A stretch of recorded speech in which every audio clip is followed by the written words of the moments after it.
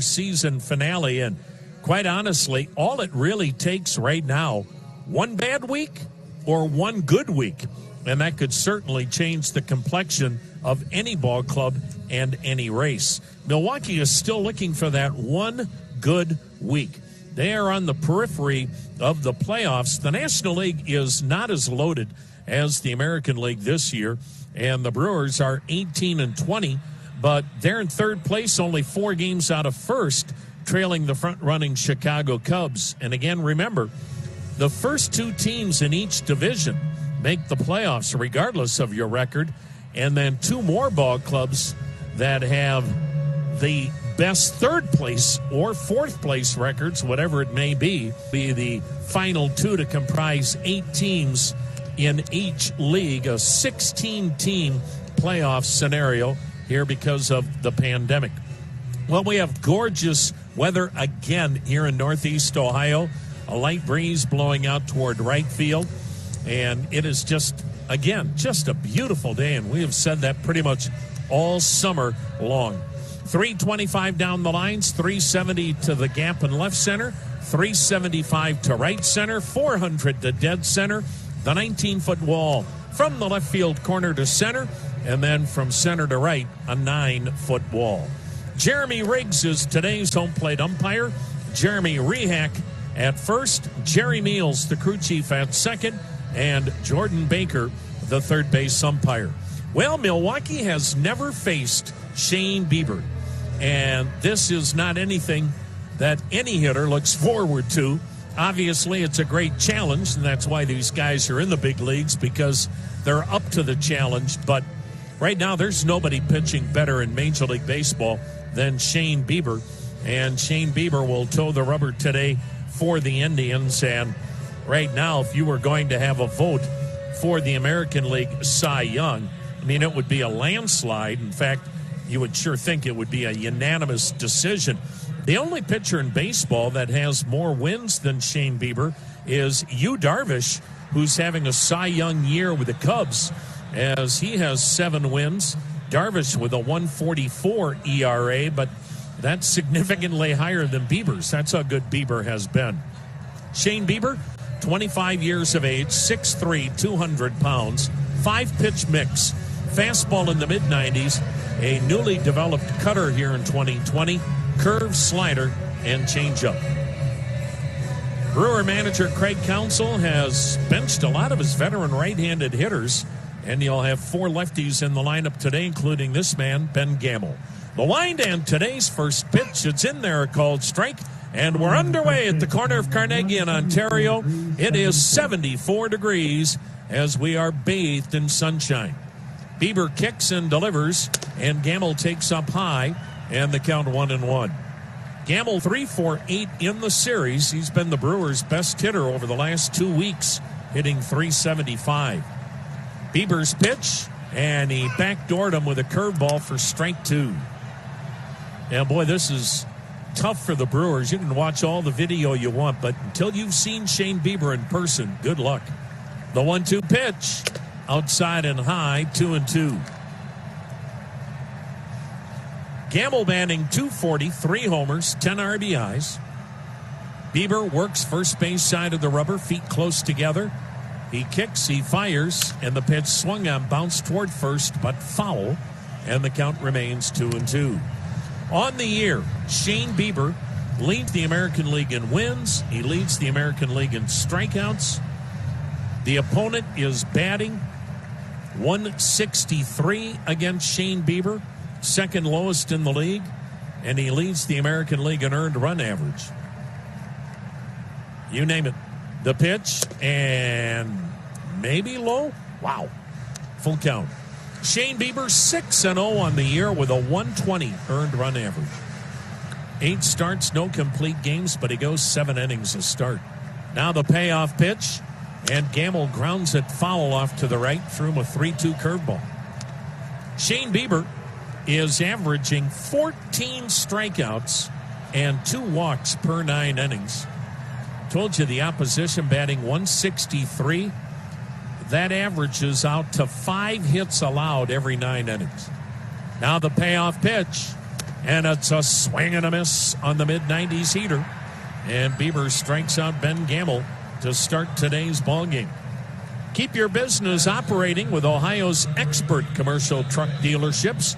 Valley Ford Truck and Valley Ford of Huron, your full-line Ford Transit and Super Duty truck leaders. Keston Hiura, boy, he's been impressive. The right-handed hitting second baseman, Hiura, has had a couple of home runs in the series, going 3 for 7 with 4 RBIs. Right-handed batter, and he looks at a first-pitch curveball for strike one. Bieber doesn't waste any time. He is back into his delivery, and he delivers, and it's swung on and missed. Another good curve, 0-2. Jordan Luplo's in left. Oscar Mercado again patrolling center, and Tyler Naquin in right. Carlos Santana at first. Cesar Hernandez at second. Francisco Lindor at short. Jose Ramirez at third, and Roberto Perez catching. The 0-2 is swung on, fouled at the plate. 3 straight curveballs from Bieber to Keston Hiura. Keston Hiura. You spell his last name Hiura and pronounce it Hiura. Keston Hiura. California native. Now the 0-2 pitch. And it's swung on, bang toward third, playing deep and on the line. A jump throw by Ramirez, and he got him! Oh, what a sensational play! Ramirez deep at third, going to the line with a backhand and a jump throw to get Keston Hiura. That's as good a play as any third baseman can make.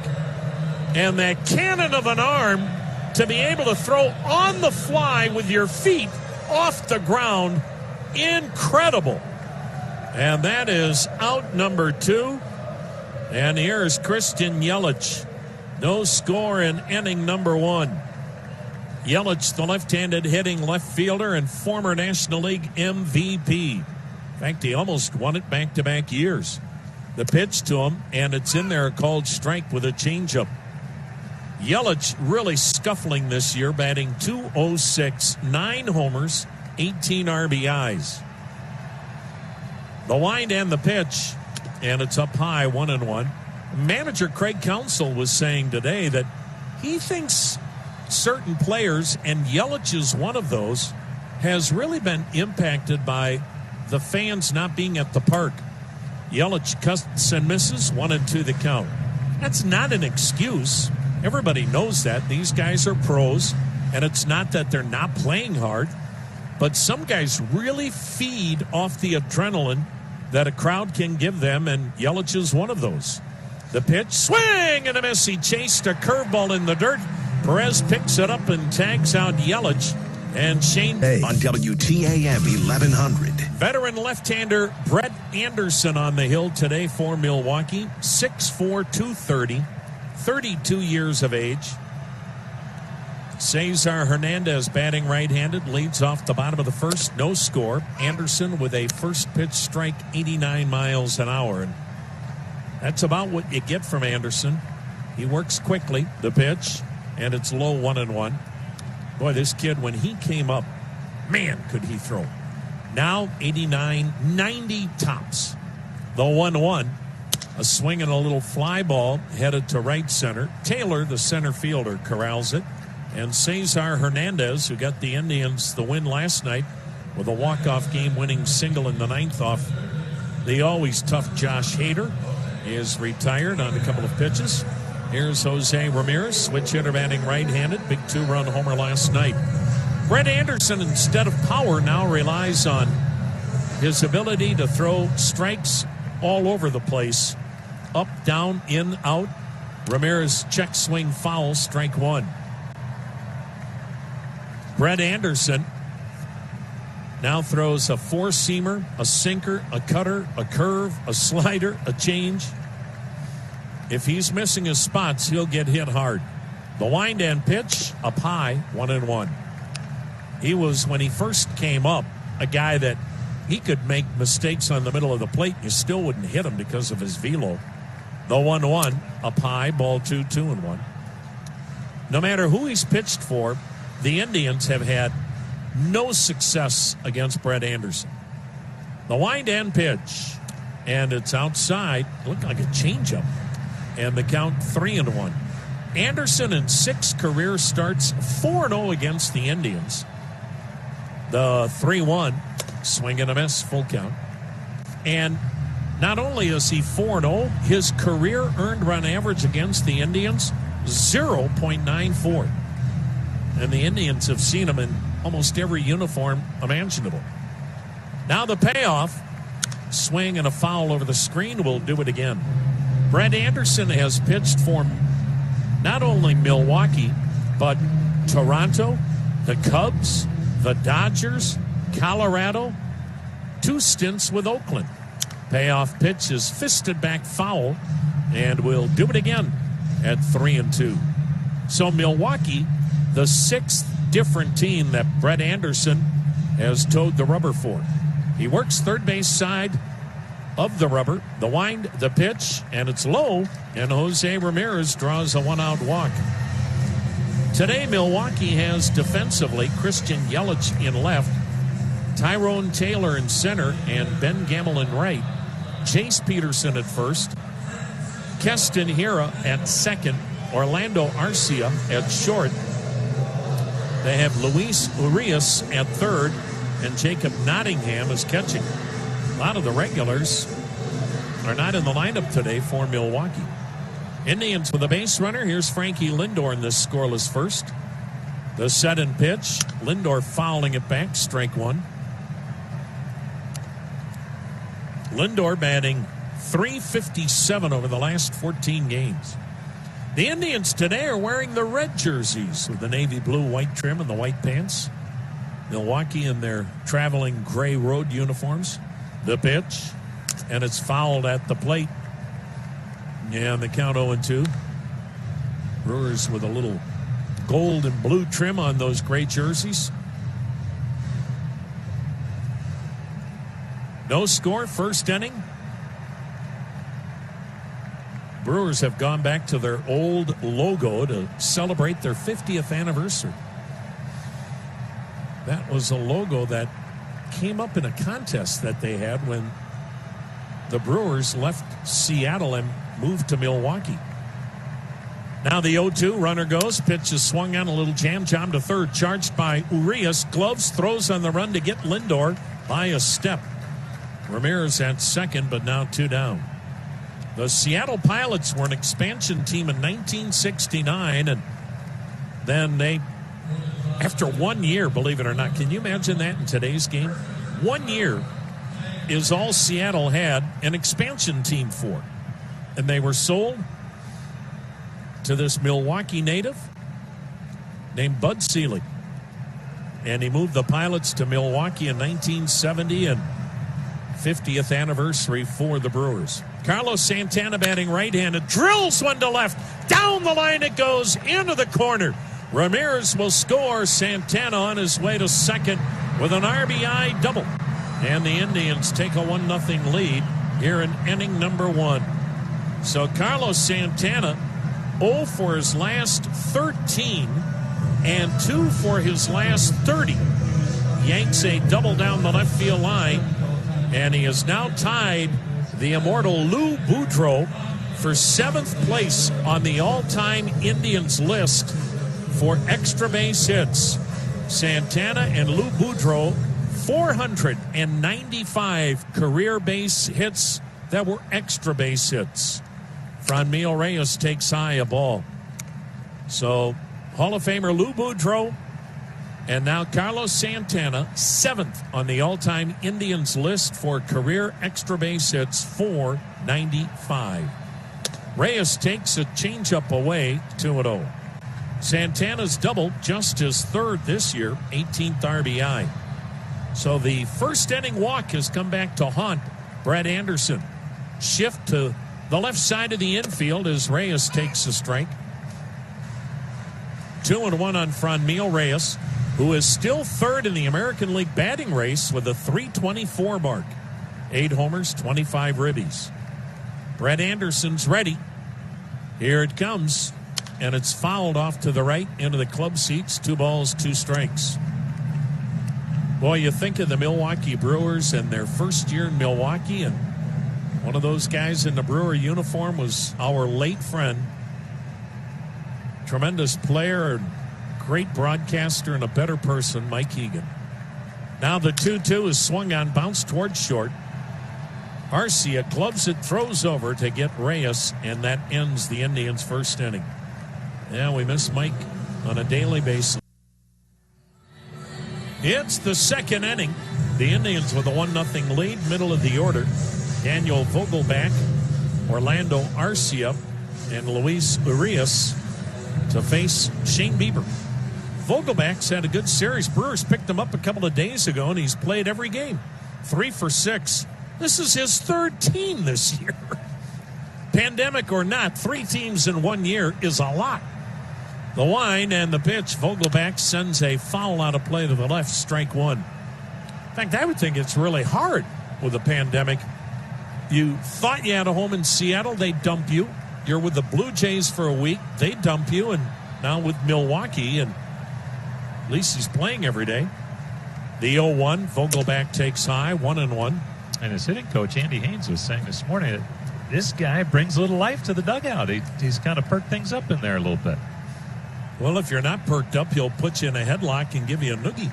Here's the 1-1. Down and in, 2-1. I would not want to be on this guy's bad side. His arms and biceps are the size of most people's legs. And when you look up barrel chest in the dictionary, there he is. The 2-1, and it's a curveball strike, 2-2.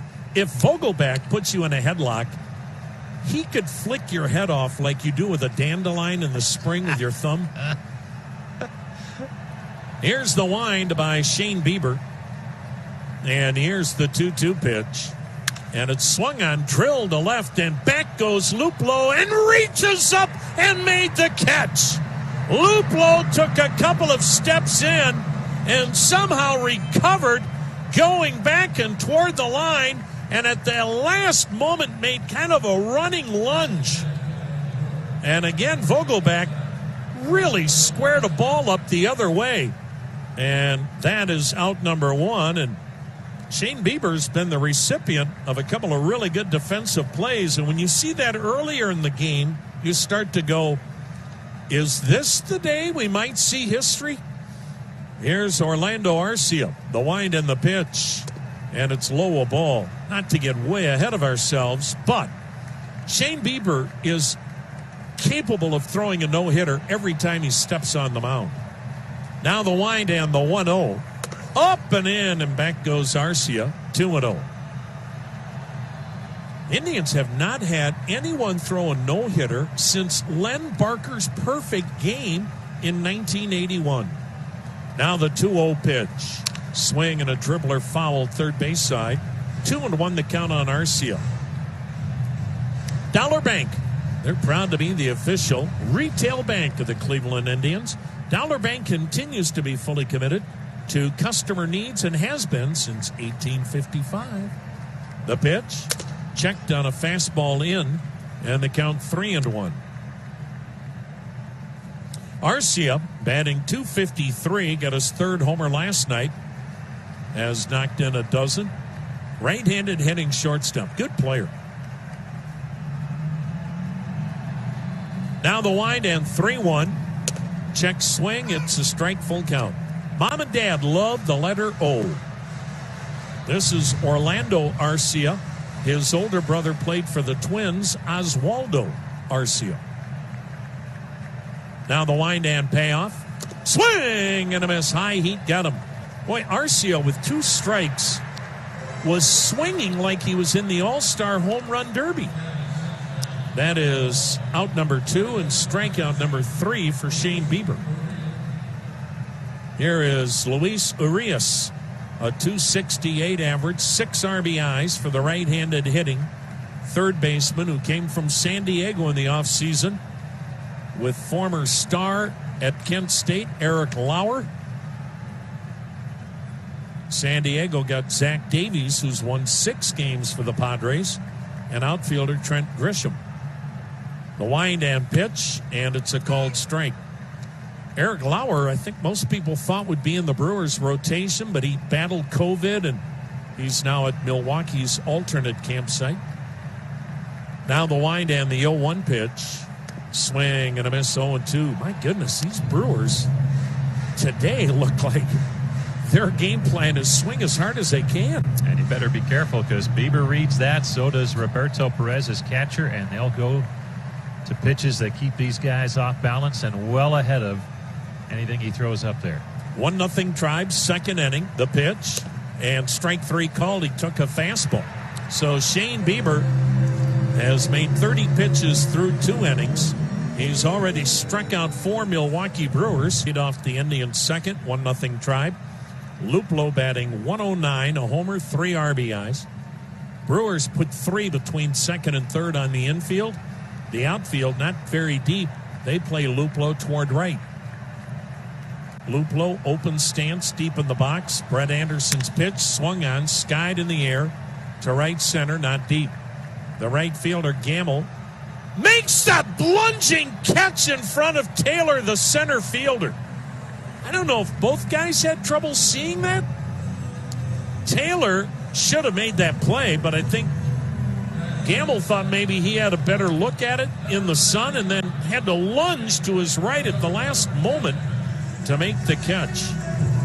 Here's catcher Roberto Perez hitting a .167 with a homer, 5 RBIs. Missed a couple of games with shoulder fatigue, but good to go now. Anderson in a hurry delivering, and Perez showing bunt taking in their strike. 24 homers for the Gold Glove catcher a year ago.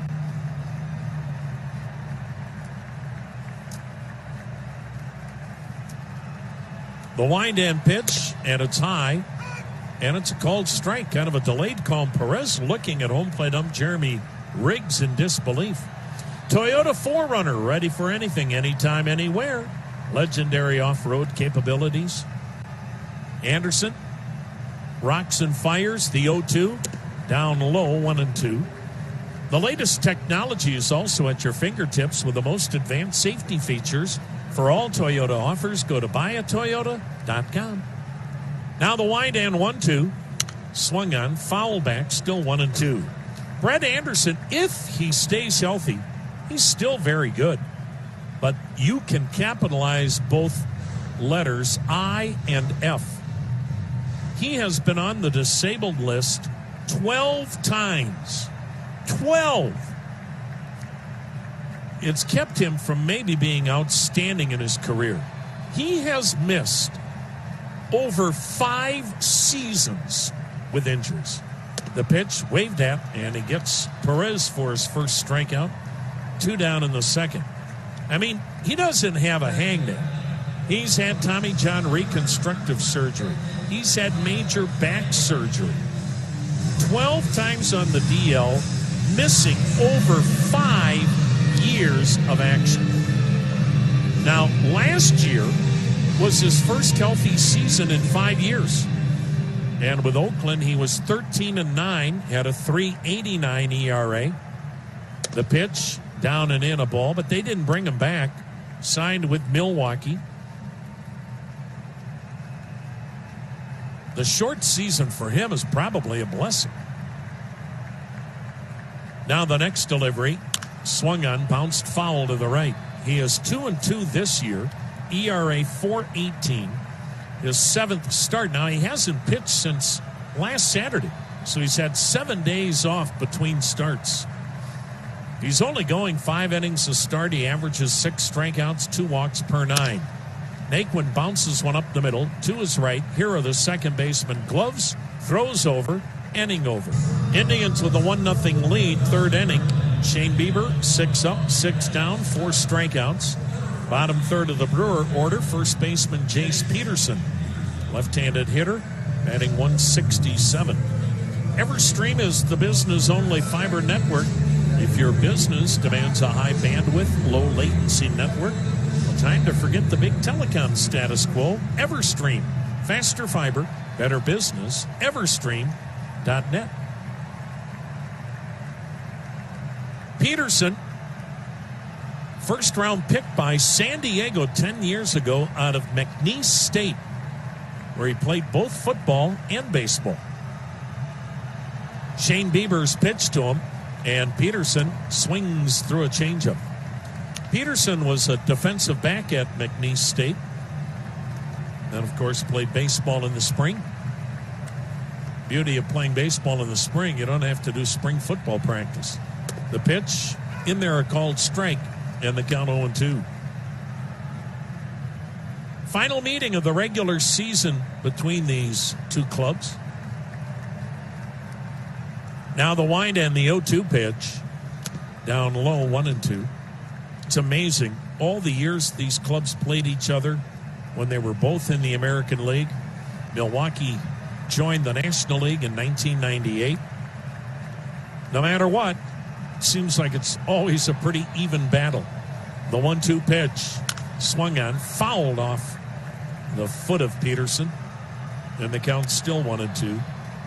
These two clubs have met 416 times, and they've each beat the other 208 times. Since the Brewers went to the National League, in interleague play, each team has 14 wins. The 1-2, and it just missed outside, 2-2.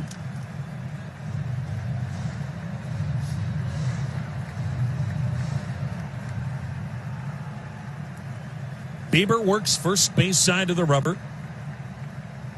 The wind and 2-2. And it bounced in there, and kind of falling down after he jumped back was Peterson to avoid getting hit. Full count. Of course, Shane Bieber, seems like every time he goes out, he rewrites the record book. He's already set a Major League record this year for most strikeouts in the first 50 innings of a season. Payoff pitch. And strike three called. Peterson was on his way to first. Now the Brewer dugout is barking. Peterson comes back to home plate to plead his case. Jeremy Riggs says, see ya. And back to the first base dugout goes Peterson. Strikeout number 5 for Shane Bieber, as Peterson thought the breaking ball was high. One down. Here is Tyrone Taylor, right-handed hitting center fielder. Taylor 1 for 3 since coming up. Bieber kicks, fires, and the pitch, strike one called. Shane Bieber set a new Major League record this year by striking out more hitters in the first 50 innings than any pitcher in the game. The pitch in there, a called strike. Shane Bieber, 84 strikeouts in his first 8 starts. Now the 0-2. Strike 3 called. I don't know what that at bat was about, but Taylor took a fastball right down the middle. And Bieber has struck out 4 in a row and has struck out 6. 2 down in the Brewer third, 1-0 Indians.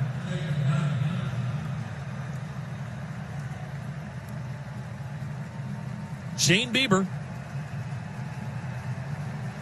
Hard to believe how good he's become in 3 years in the big leagues.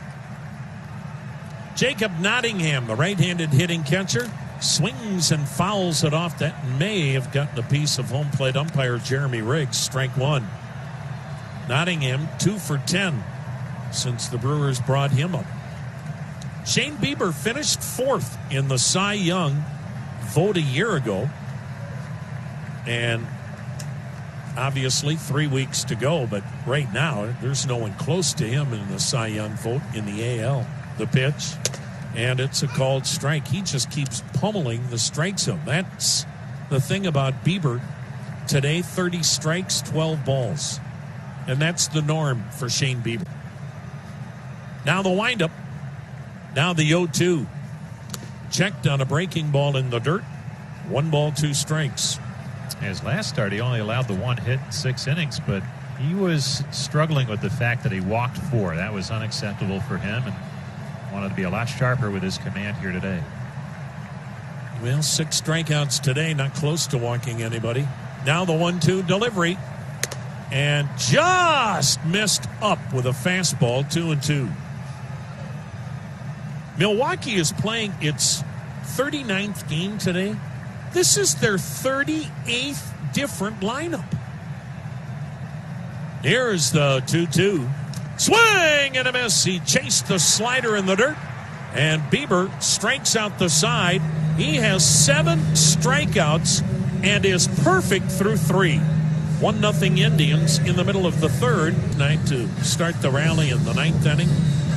Had a couple of walks last night. 2 for 3 in the series. Hitting 9th, playing center field. 1-0 Tribe. The lefty Brett Anderson's pitch is low a ball.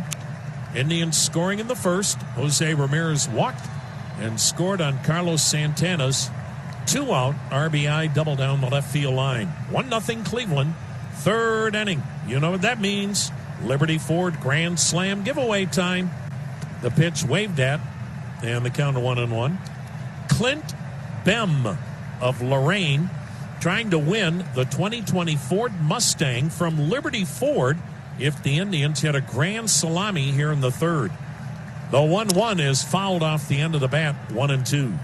Sign up at libertyford.com and maybe you'll win the Ford Mustang from Liberty Ford. Today's contestant is Clint Bem of Lorraine. Mercado has his confidence back, according to acting manager Sandy Alomar.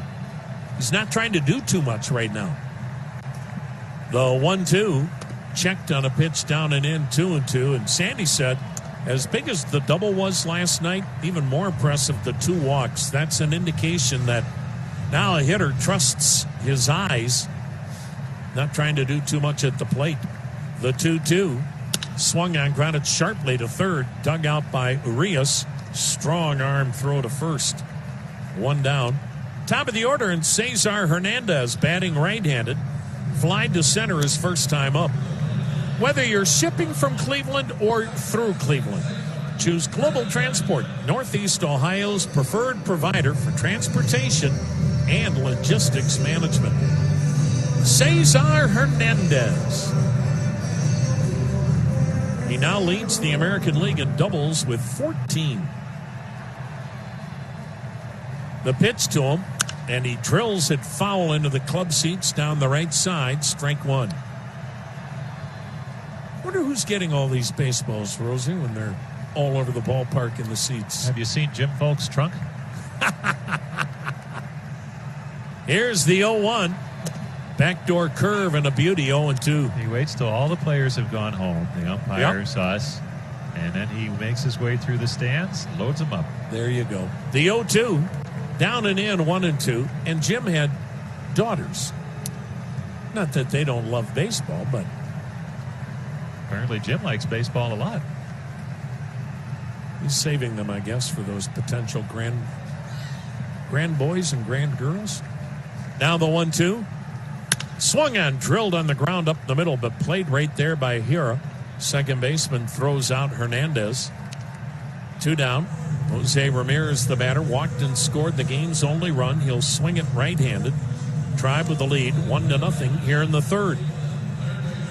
That's the one thing, among so many things you miss with people not being here, watching the kids going wild after a foul ball. That's the beauty of coming to a game when you're a little guy or a little girl.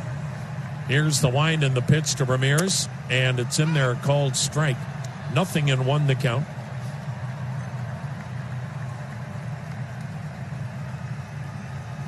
Brett Anderson, he works as quickly as Shane Bieber.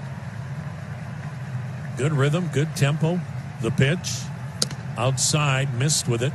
1-1. Brett Anderson's dad, Frank, at one time was the head baseball coach at Oklahoma State. Now the 1-1. At the knees, a strike, 1-2. His dad is now the pitching coach at the University of Tennessee. The wind in, 1-2. Down and in. Tried to back foot him with a slider and almost hit him in the foot. Ball 2, strike 2. 2 outs, nobody on. 1-0 Cleveland, third inning.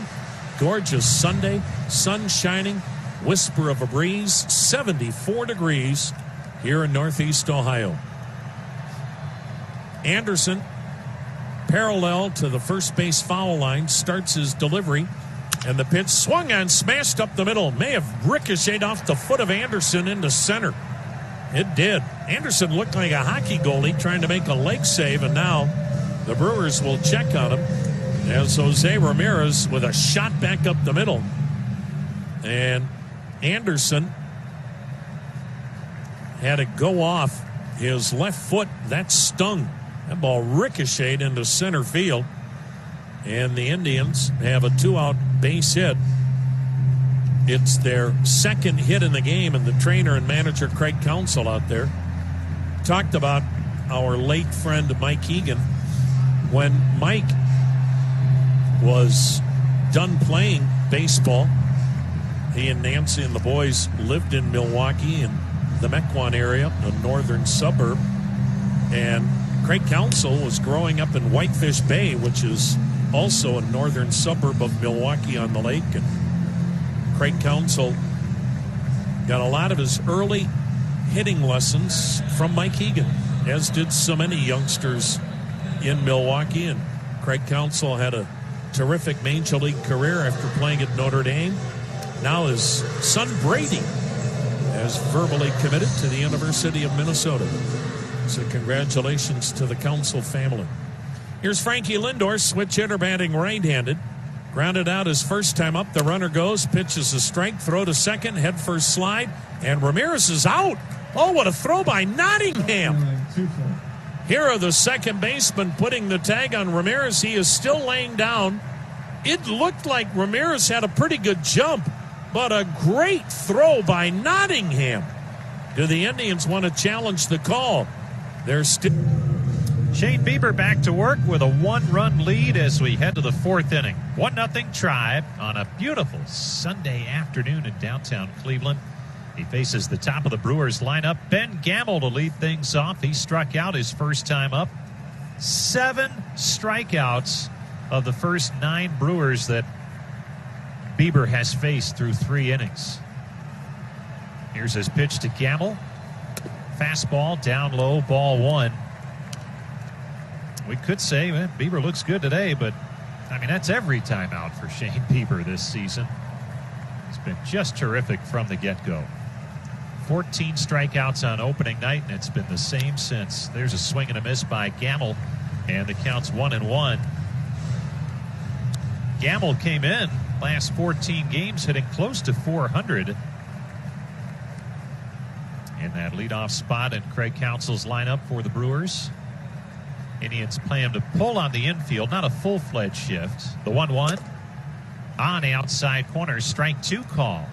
Boy, Bieber just has really good command of several different days. The fastball command has been tremendous. And right there, the changeup caught the outside corner. The 1-2, fastball up high. And the count's now 2-2 on Ben Gamble.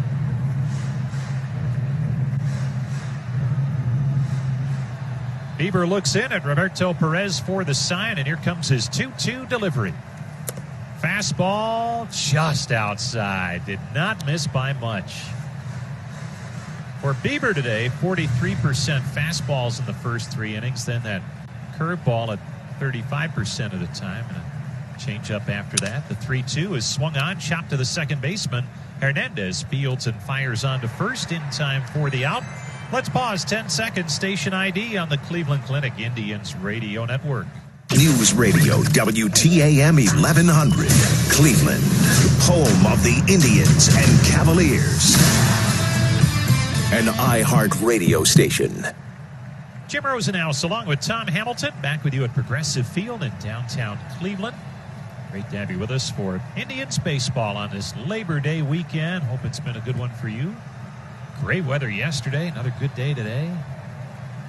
Up to the plate is Keston Hiura, and he's brushed back with an inside fastball for ball 1. Bieber with that mid-90s fastball going and comes up and in. Let's see if he goes low and away with the breaking ball. Here's the 1-0 pitch. Fastball in there for strike 1, and the count's now 1-1 on Hiura, who bounced to third his first time up. Great play was made at the line by Jose Ramirez. The 1-1. Swing and a miss. 1-2 the count on Hira, who also has been swinging a hot bat for the Brewers. 6-game hit streak after last night, hitting over 300 during that time. Right-handed batter. Here's the 1-2. Did he check it? The pitch was upstairs. Yes, he did. As they made the appeal to first base umpire Jeremy Rehack. It's 2-2 the count now on Hira. 1 out, bases empty. 1-0 try. The 2-2 pitch. Swung on, popped him up, foul down the right side. Maybe a play for Santana near the stands. Reaches and can't make the catch. With the netting now extending all the way down the lines, a little bit tougher to try and make those reach-in catches in the first row. You can't do it anymore. And that's what Santana ran up against right there. So we'll do it again on 2-2. Don't forget, this is the 4th inning, the double play inning, sponsored by Chick-fil-A. Use the Chick-fil-A app. Get your free breakfast variety entree if the Indians turn a double play. The 2-2, swung on, broken bat roller to third, corralled by Ramirez, throws on the run, got him at first base by a slim margin, but it's 2 up, 2 down. And the beat goes on for Bieber as he now faces Christian Yelich, who struck out his first time up.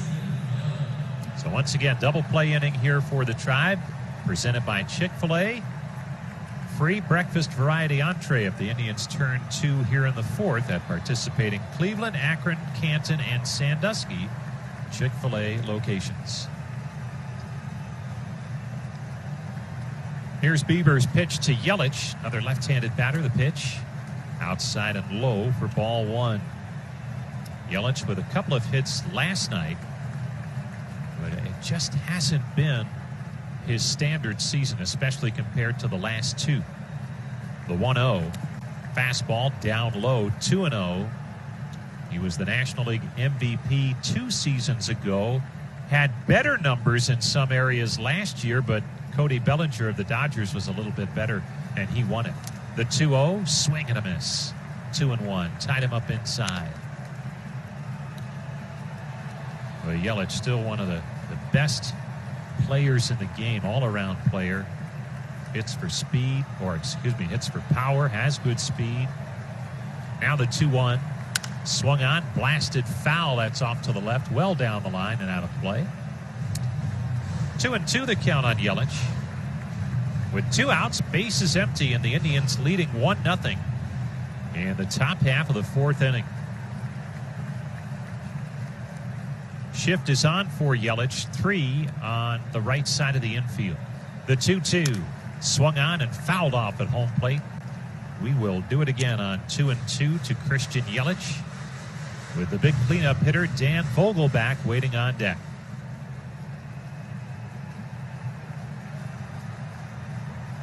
Yelich stepped out, now he's back in, and Bieber's into the line. Here's the 2-2, breaking ball down low. Count runs full on Yelich. Now some teams try and run the pitch count up on Bieber if they can, but then you run the risk of being behind in counts all night long. Here's the 3-2 to Yelich, swung on and fouled off at home plate. Count remains 3-2. We've seen other teams swing early, figuring that Bieber will be around the plate most often. And Carl Willis, Bieber's pitching coach, says it's the beauty of Shane Bieber. He can adjust to whatever the strategy is of the opposition. Swinging early, he'll expand the strike zone a little bit. And if they're trying to work counts, he can try and get ahead a little bit more. Now the 3-2, swung on, fouled back again by Yelich. This is the best at-bat by a Brewer today, and we're in the 4th inning. Yelich really battling here with a 3-2 count. He's spoiled. Back-to-back good pitches from Bieber. He's back behind the mound with a new baseball. Indians stay home. They open up a series against the Royals tomorrow night. 6:10 first pitch. Zach Plesac against Brad Keller. Good pitching matchup tomorrow night. 4-game series coming up with Kansas City. Now the 3-2. Fastball high and outside. Ball 4. Yelich draws a walk. And that ends a string of 11 straight Brewers retired by Bieber to open the game. A walk to Yelich, the first base runner for Milwaukee. So he'll trot on down to first, and here comes Dan Vogelbach. The Blaster Corporation, based in Cleveland and makers of PB Blaster, is #1 for loosening up those rusted parts. Whatever the job, always use Blaster products and work it like a pro. Here's Vogelbach with the Indians leading 1-0.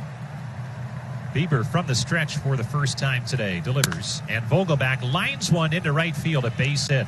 Headed for second, and not stopping there is Yelich. He's on his way to third. The throw by Naquin, not in time. Yelich slides in safely, and the single by Vogelbach puts runners on the corners, and the Brewers have a 2-out threat going. First base hit allowed by Bieber comes in the fourth.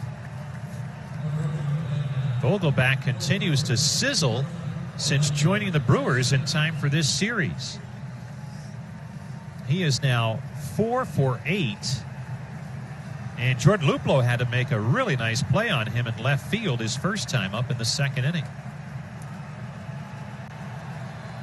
Orlando Arcia, the batter. Bieber in his first jam. Protecting a 1-run lead. Arcia struck out first time up. Here's Bieber's pitch. Fastball just missed inside.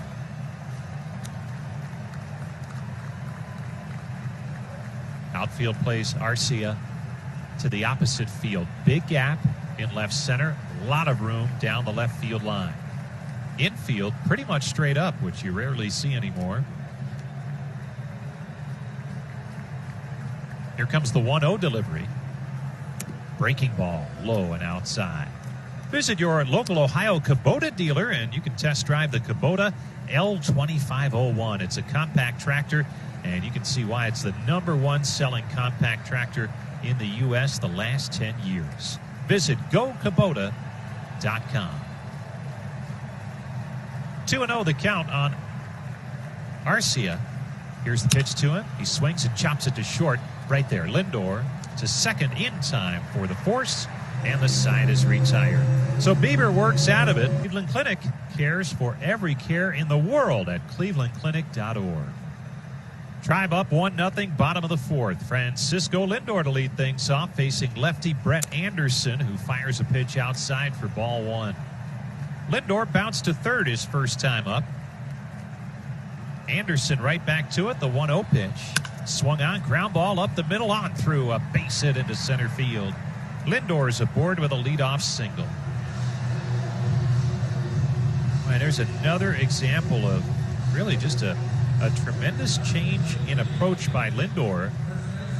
Not trying to do too much with that pitch. He kind of slowed it down a little bit, shortened up his swing, and just hit a roller that got on through into center field. Took what Anderson was giving him. And now he's on base for Carlos Santana, who drove in the game's only run back in the first inning, an RBI double with 2 outs. Here's the pitch to him. Fastball, strike on the inside corner. That snapped an 0 for 13 skid. And Santana's really been struggling. He was just 2 for 30 in his last 7 games coming in, and he hadn't walked during that time, and that's always a red flag for him. But then a good approach and an RBI double his first time up. Throw to first, Lindor back safely. Francisco Lindor, 3 for 4 stealing bases. Nottingham has already thrown out Jose Ramirez trying to steal. Next pitch to Santana, a strike on the outside corner. And it's 0-2 on Carlos Santana. Talking with Indians acting manager Sandy Alomar yesterday, says Santana's about as superstitious as they come. Here's the 0-2. Down low, 1-2, which is saying a lot for any baseball player. But Santana had gone away from the look that he has today with his pants. Today it looks like he's wearing shorts.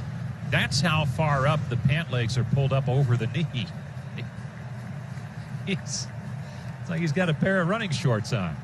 Here comes the 1-2. Breaking ball low and in, 2-2. He had gone to the long pants look for several games in a row. A little bit tighter fit, and then back to a loose fit. Anything to try and get going. And maybe this is the look that gets him started. Throw to first. Lindor way off the bag, and he somehow got back in time as Anderson went that way, saw Lindor leaning, and somehow Lindor was able to scramble back. Almost got caught in no man's land, and we'll see if Craig Counsell, the manager for the Brewers, wants to take another look at this. He does not, and that's a good call. Looking at our replays here, Lindor did get back in safely. Here's the 2-2. Swung on a chopper over the mound toward the shortstop. Arcia up with it, fires to first, and he got him at first. What a play by Arcia on a chopper over the mound. Arcia had to charge, throw on the run, and he retires Santana.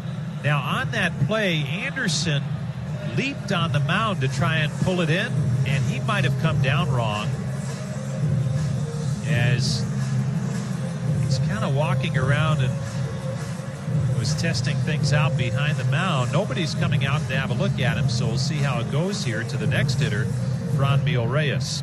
Lindor moved up on the play. He's now at second base as Santana's retired for the first out in the inning. And here's Reyes. Here's the pitch. And it's just downstairs for ball one. Reyes grounded to short his first time up. Tribe up 1-0. Trying to pad that lead now in the bottom half of the fourth inning. Lindor, the base runner at second with good speed. Here's the pitch. Swung on, and that's lined right center field. Chasing after it and making the catch is Taylor, the center fielder. On his way to third is Lindor, and he's in standing up just ahead of the throw. So a runner at third with two down now, and Jordan Luplow will be the batter. The Indians and Ohio's 529 plan are giving away a $10,000 college savings award. Visit collegeadvantage.com/Indians to enter.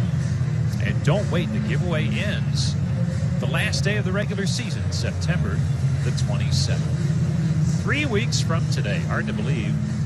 Feels like we just got going, which kind of is the truth.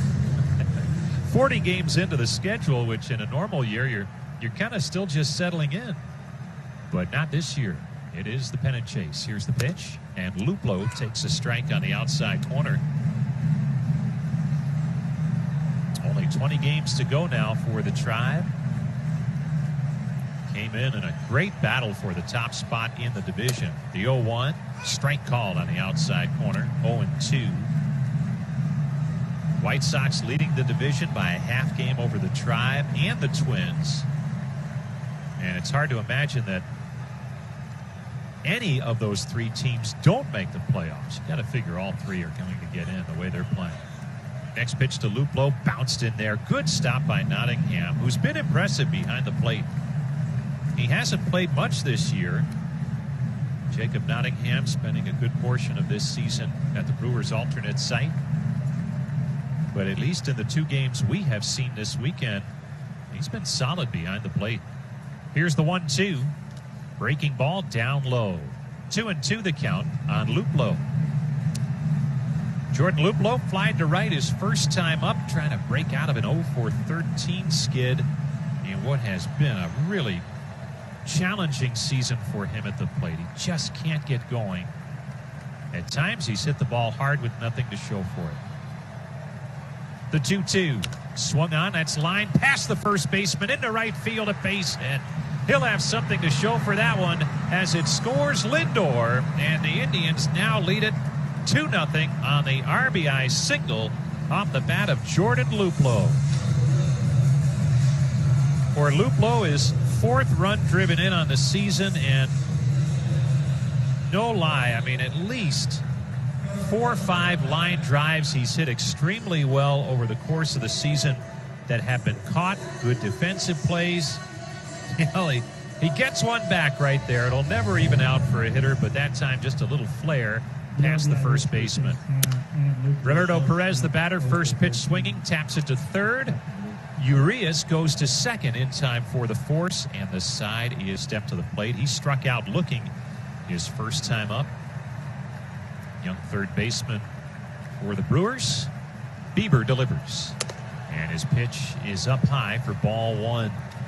Shane Bieber last time out in a no decision, a game the Indians eventually lost, allowed one hit over 6 innings. Here's the pitch, and it's swung on, laced foul, and out of play into the upper deck on the right side. And it was against Kansas City last Monday.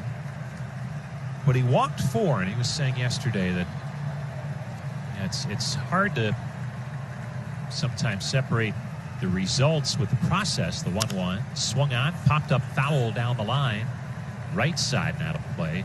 And he didn't want to make it sound like he didn't feel that he pitched well when he only allowed one hit and pitched shutout baseball for 6 innings. But walks are not a part of his game, and he walked 4 in that game and felt like there were some things command-wise that were a little bit off, and he needed to make sure that those get squared away so he can continue to progress, and that's been the biggest key in his career, getting better over time. Here's the 1-2. Swung on, ripped past the first base bag. That's a fair ball. Down into the right field corner, dug out there by Naquin quickly, and he fires it in, holding Urias to a long single. It's a leadoff base runner for the Brewers, and that'll bring up Jace Peterson. Time for the Cleveland Indians' memorable moment. That's brought to you by Smucker's. Headquartered in Northeast Ohio, the J.M. Smucker Company makes food that people and pets just love. Peterson struck out looking first time up. Indians set up that infield at double play depth. Ramirez even with the bag at third. Here's the pitch. Fastball down low, ball one. Well, we take you back to this date, September the 6th, 1986. A big day for Joe Carter against the then American League Milwaukee Brewers. First, the 1-0 pitch to Peterson, left-handed batter. Here's the pitch from the righty, Bieber. Swing and a miss. Off speed. Had him chasing. That day, September 6th, 1986, Joe Carter went 5 for 6. 2 homers, 2 doubles, and 4 runs driven in, as the Indians outscored the Brewers that day 17-9. Here comes the 1-1. Fastball strike on the inside corner. That was right in the midst of a bunch of really good seasons for the Indians for Joe Carter. 1986, he hit 29 home runs and led the American League in runs driven in with 121. A big day for Joe Carter, 1986. Here's the 1-2. Down low for a ball. Took something off that time. Remember the changeup. And today, that changeup for Shane Bieber in the upper 80s. That last changeup, 89 miles an hour. But just enough off the fastball to have the hitters out front. That time, Peterson held off. Here's the 2-2. Breaking ball low and in. Good stop by Roberto Perez. Well, the Indians so fortunate to have not only a Gold Glover in Perez, but 2 other outstanding defensive catchers. Sandy Leon, who we saw last night, and recently acquired Austin Hedges, who started Friday night's game. All excellent defensive catchers, and Perez, one of the best in the game, if not the best, after last season. Payoff pitch coming to Peterson. Bieber lets it fly, runner on the move, and the pitch is lined into right, a base hit. On it quickly is Naquin, but Urias is on his way to third, easily getting in safely. And Peterson's single gives the Brewers runners on the corners. Nobody out here in the 5th inning. Tribe still leading 2-0, but Milwaukee has had better at-bats this second time through the lineup the last 2 innings. And now Bieber in as tough a jam as he's seen by a lot today. Tyrone Taylor, the batter, just up from the alternate site for Milwaukee, struck out looking his first time up.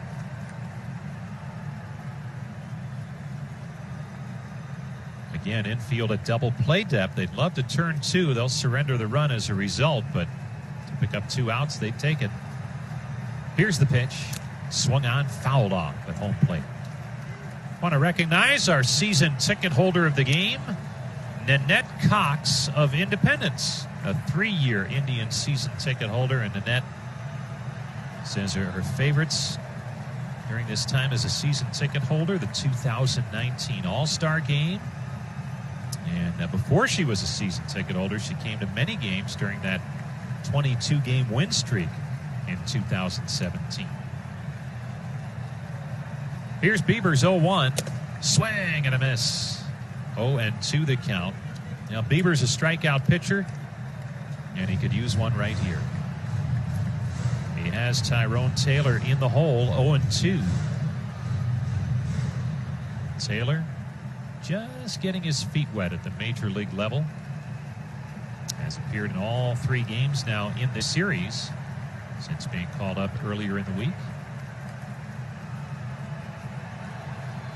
Here's the pitch to him. Swung on, popped him up, foul off to the right side and out of play. Taylor made his major league debut last season with the Brewers, appearing in 15 games. Former second-round draft pick out of Torrance, California High School. Was all set to go to Cal State Fullerton. Good baseball program there, but was drafted high by the Brewers, and he signed the contract and got started on his pro career. Here's the 0-2. Swung on, looped foul again off to the right side and out of play. Dollar Bank is proud to be the official retail bank of the Cleveland Indians. Dollar Bank continues to be fully committed to customer needs and has been since 1855. 0-2 the count on Tyrone Taylor. Tribe up 2-0. We're in the top half of the 5th inning, but Milwaukee threatening. Runners on the corners, nobody out. Bieber from the stretch. Here's his 0-2. Breaking ball down low. Good stop by Perez. 1-2 the count. Oh, what a great baseball day again. Very comfortable, mid-70s temperatures. Low humidity. Very little breeze. And I'm guessing on a Labor Day weekend, a lot of folks out on Lake Erie. Boating activity, I would think. Great weather for a holiday weekend. Here's the 1-2 pitch. Swung on, ripped foul outside of third. Ooh. Taylor got around on one, but pulled it. And we'll do it again on 1-2 to Tyrone Taylor. Facing Shane Bieber. Wonderful season a year ago for Bieber. All-Star game, most valuable player after being named to the team late in the process. The 1-2, swing and a miss, strike 3. He got him with a breaking ball. Taylor's retired, and that is a huge strikeout for Bieber, the first out in the inning, and we'll make that our Ohio Cats strikeout of the game. Whether you're looking to buy, lease, or rent equipment, Ohio Cat and the Cat Rental Store have the right solution for you. Now the number 9 hitter, Jacob Nottingham. He struck out his first time up. Bieber has 8 strikeouts now. And the beat goes on for him in the strikeout department. He just continues to pile them up. 92 on the season. And this is start number 9 for Bieber.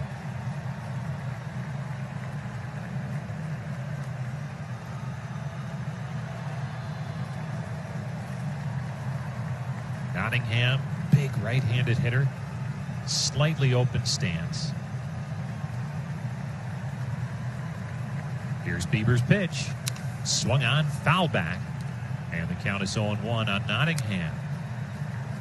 Well, Bieber, as is the custom just about every game now, with all these strikeouts, he's moving into some spot in Indians history, and he has now recorded 8 or more strikeouts in all 9 of his starts, and that ties Bob Feller for the longest streak in Indians history to start a season of at least 8 strikeouts or more. 9 games now.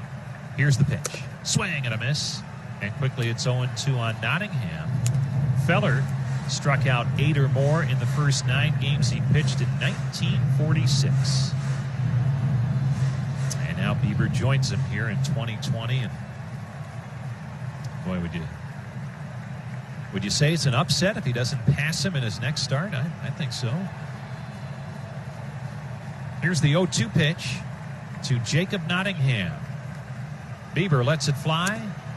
Just missed low and outside. He was targeting that outside corner at the knees and didn't miss by much. So 1-2 the count on Nottingham. If nothing else, the Brewers have made Bieber work in these middle innings, and his pitch count is up to 90. And that's a lot for him in the 5th inning.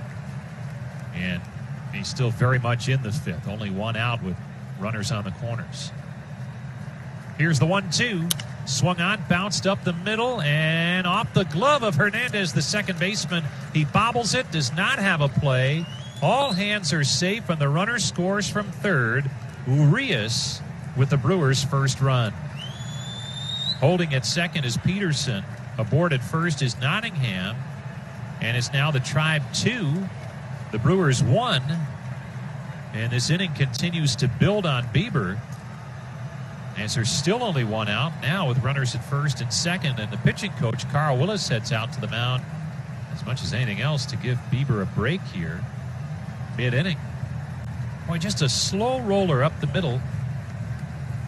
And it got near the second base bag behind it. That's where Hernandez was. He tried the backhand pickup, couldn't pick it up, and all hands were safe. So, mound visit.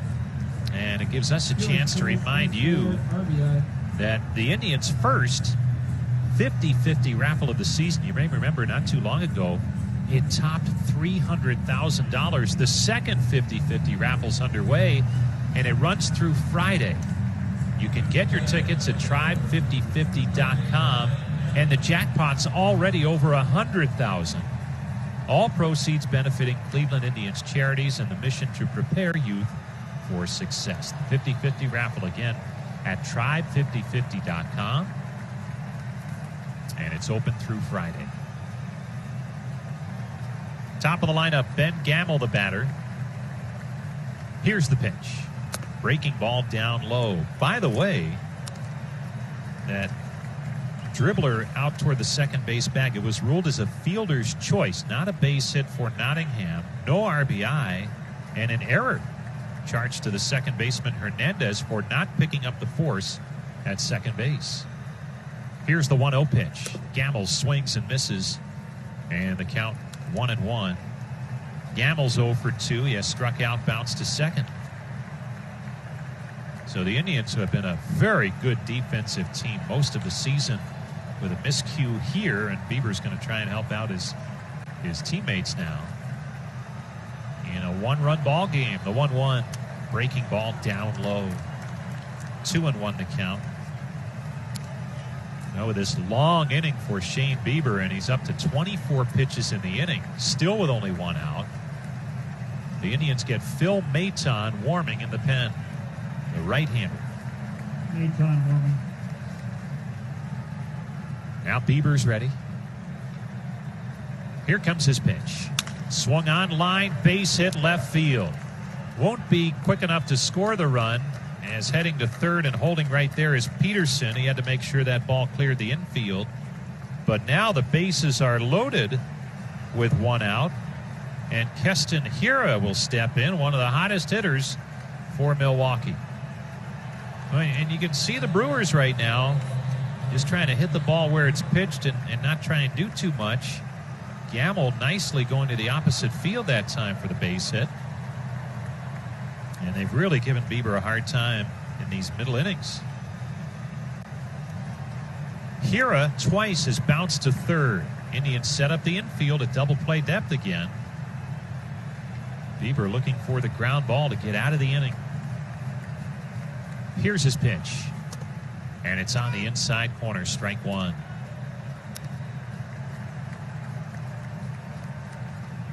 We're in the top half of the 5th inning. Tribe 2, Brewers 1.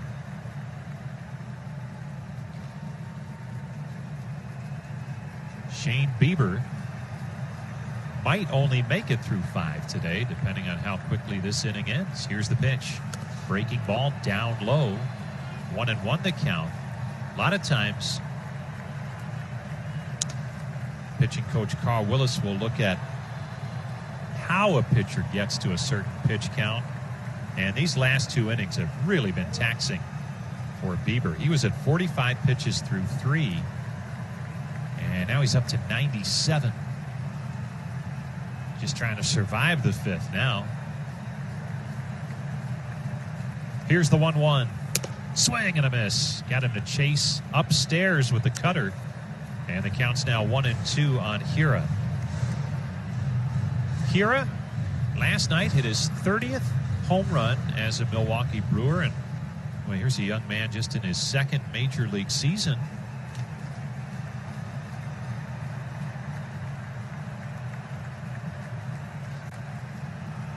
Already with 30 career home runs in a little more than 100 games. The 1-2. Breaking ball down low, 2-2.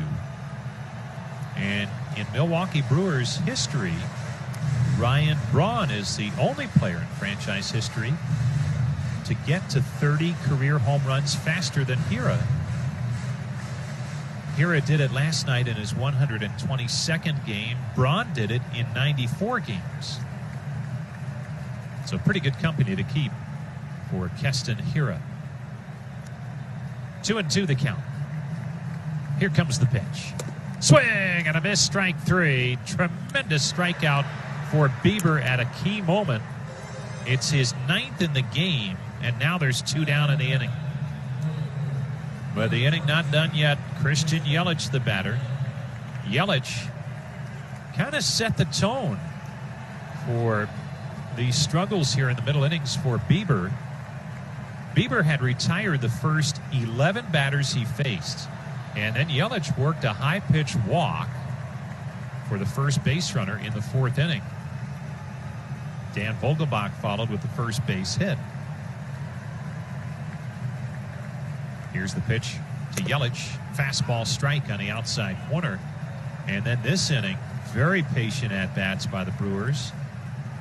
And they put together 3 hits. They've scored a run. And now Bieber just trying to make it through 5 with a lead. That's the beauty of Bieber. Despite some struggles here in the middle innings, he's only allowed the 1 run. And the Indians lead it 2-1. The pitch. Swing and a miss. Big breaking ball. And Yelich swinging over it. 0-2 the count.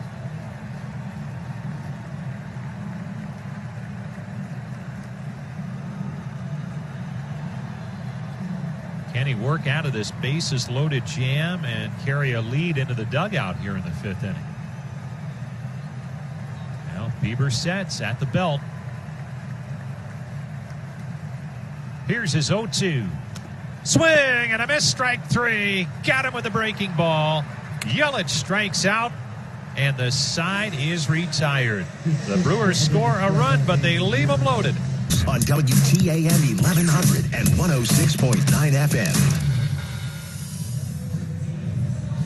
Fans, don't forget, anytime the Indians score 5 runs in a game, you can pick up 1 free small curly fry the next day at your nearest Arby's restaurant. All you need to do is mention the promotion only at participating Cleveland Arby's locations. Arby's, we have the meats. Tyler Naquin to lead things off for the Indians. Facing Brett Anderson, and the lefty delivers a breaking ball down low, ball 1. Naquin bounced to second first time up. Indians 2, Brewers 1. Bottom of the 5th inning underway. Anderson delivers. Fastball down low. 2-0 the count. Nice opportunity for Naquin to face some left-handed pitching. Here's the 2-0 pitch. And he swings, chops one to first, knocked down on the backhand by Peterson. Races to the bag in time to retire Naquin for the first out in the inning. Don't forget, for a limited time, McDonald's is selling large drink koozies for just $5. The proceeds benefit Ronald McDonald House Charities of Northeast Ohio. Oscar Mercado, the batter. And he'll have to wait as the trainer comes out to have a look at Anderson, along with Craig Counsell, the manager. Oh, I didn't see anything happen on that play. It looks like he's okay. Anderson started the season late. He had a blister problem during summer camp. It caused him to miss some time right at the beginning of this shortened season. And today he's been hit by a line drive off of his left ankle, looked like, or foot. He's plowing through that, and hasn't been easy. Tom mentioned earlier, boy, has he been hurt a bunch in his career. Here's his pitch to Mercado. It's up high for a ball. 12 different visits to the disabled list, and many of those very serious issues to get back from. The 1-0. Fastball outside, 2-0. Tommy John surgery in there. Some back problems. Boy, anytime, though, he's faced the Indians, it's been about like today. In fact, today he's having an off day against the Tribe. My goodness, he's allowed 2 runs. Usually he's better than that. Here's the 2-0. Breaking ball on the outside corner for a strike. 2-1 the count on Mercado. Right-handed hitter, slightly open stance. The 2-1 swung on. There's a chopper to third. Charging it is Urias. Throws on the run. In time by an eyelash at first. Oh, Mercado runs well, and he almost beat the throw, but Urias retires him with a strong throw. 2 up, 2 down. Top of the lineup, Cesar Hernandez, the batter. The injury report presented today by the injury lawyers at Elk & Elk. If an auto accident or medical malpractice caused you injury, call them at 1-800-ELK-OHIO. And things looking pretty good for the Indians, as Hernandez shows bunt and bunts it foul at home plate. Great to see Roberto Perez back in the lineup. Missed a couple of days with shoulder fatigue. And looks like Delino DeShields is getting better from a shoulder contusion that's had him out the last 2 games. Here's the 0-1. Fastball just downstairs, 1-1. Delino still listed as day-to-day, but feeling better. Here's the 1-1. Swing and a miss. 1-2 the count. Tribe leading at 2-1. Base hits even up at 4 apiece. Here's the pitch. Swung on, a tapper foul over to the Indians dugout on the third base side. 1-2 on Hernandez. Last night's walk-off single, his second career walk-off base hit. Did it for the Phillies in 2017. The 1-2 outside, 2-2. Really nice career in Philadelphia for Cesar Hernandez, but he was a free agent in the offseason. Indians signed him. The 2-2. Just outside for ball 3, not by much. And boy, Hernandez has fit right into second base, top of the lineup. Played very well for the Tribe. The 3-2 pitch, swung on, line to short, caught by the shortstop Arcia, side retired. Indians go 3 up, 3 down in the 5th inning.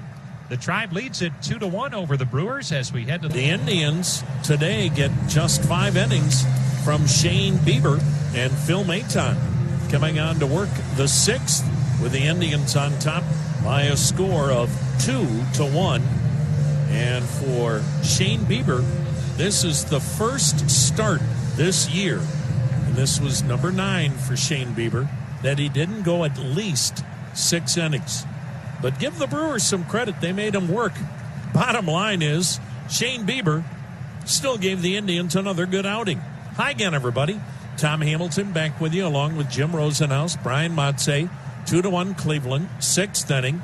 Phil Maton misses way outside, ball 1.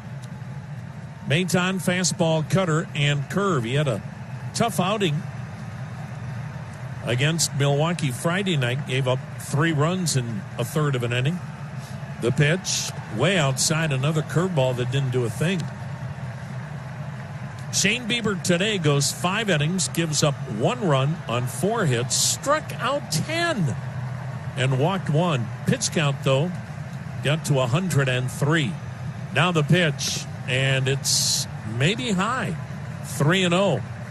So now the Indians bullpen, which has been so good, but has lately shown some cracks in the armor. Now they've got to get the Indians through 4 innings. The pitch, taking all the way, and Vogelbach looks at a strike. He's lined out to left, single to right. Cleveland 2 runs, 4 hits. Milwaukee 1 run, 4 hits. Maton works out of the stretch. The right-hander lets it fly, and he's way outside again with it. Boy, he didn't come close. And again, you just can't come out of the bullpen and start walking people, or the Indians will be playing from behind here very shortly. Orlando Arcia 0 for 2. Time now for the Ford game summary. Ford is still America's best-selling brand. And the Indians got an RBI double from Carlos Santana in the first and an RBI single from Jordan Luplow in the fourth. Both came with 2 outs.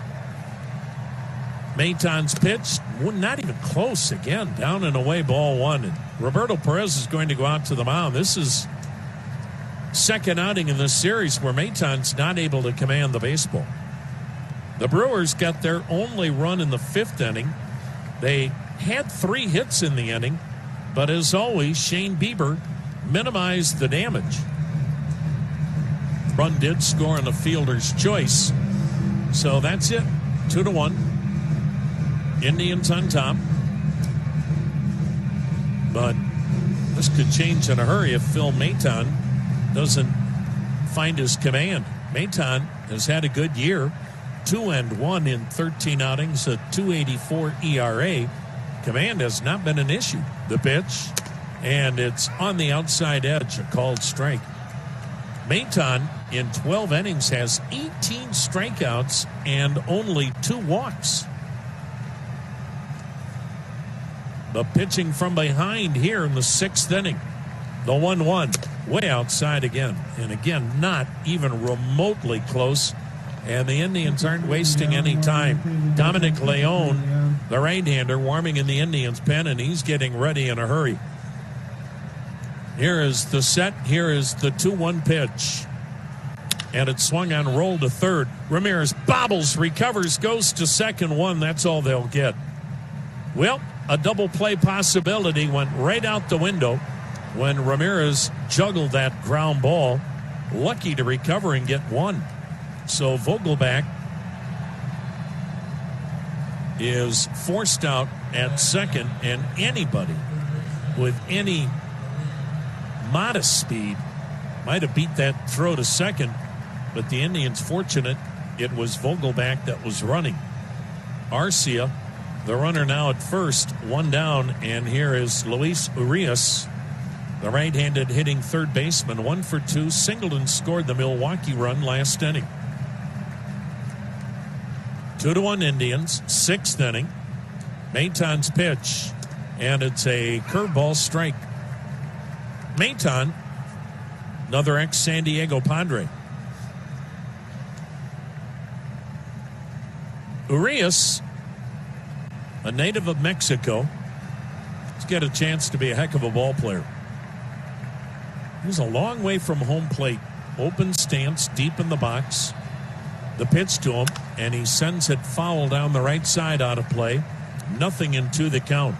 This 6th inning is brought to you by Great Lakes Brewing Company, the official craft beer of the Cleveland Indians.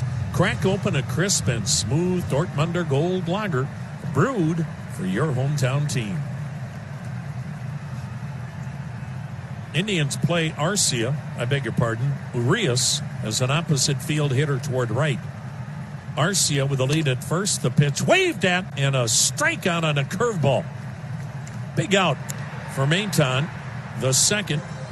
Brewers have struck out 11 times today because Shane Bieber had 10 of those strikeouts in 5 innings.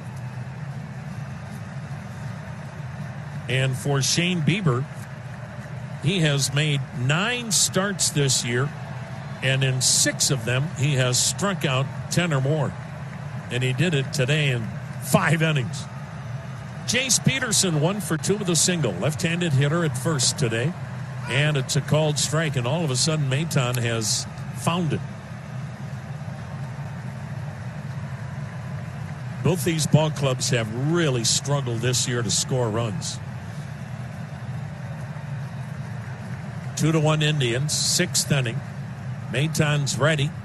Here it comes. Swing and a miss. Good fastball. 0-2. The one thing about the Brewers last night, they invested a lot to try to win that game. I mean, they had Devin Williams work 2 innings, and then their closer, Josh Hader, brought into a tie game on the road. You don't see that often. And the Brewers couldn't win it. The pitch swung on, drilled foul, third base side into the suites. And the count stays 0-2. So the Brewers, when you do that kind of an investment with your 2 back-end guys and don't get a win, boy, that can have a ripple effect for a few days. Maton sets at the belt and lets it fly, and a check on a curveball outside. Did he go? Nope. 1 ball, 2 strikes on Peterson.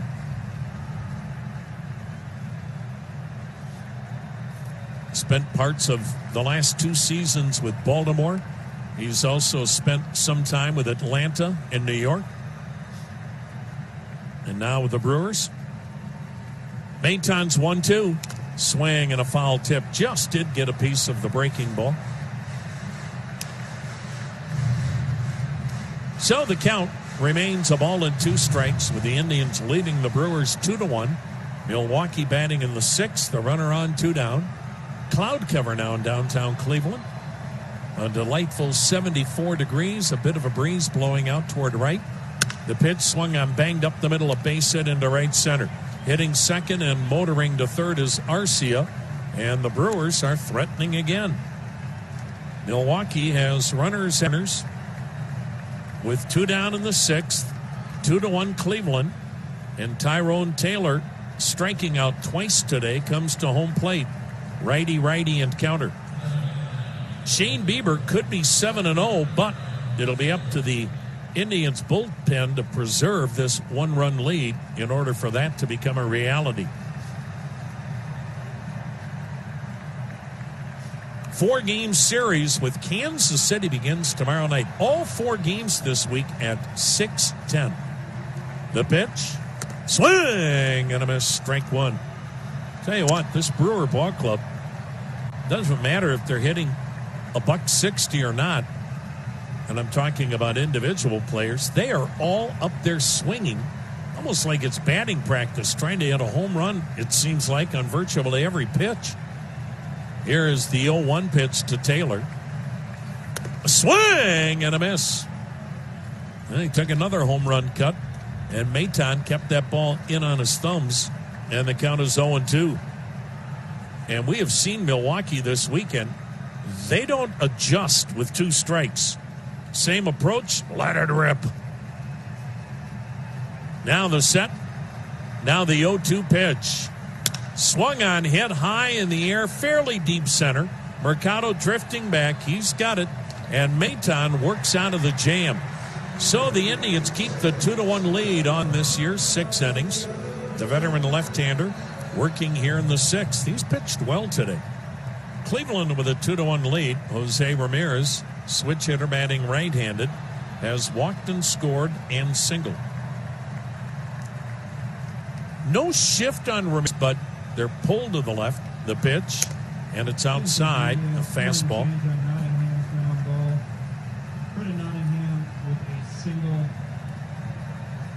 The pitch, way outside, 2-0.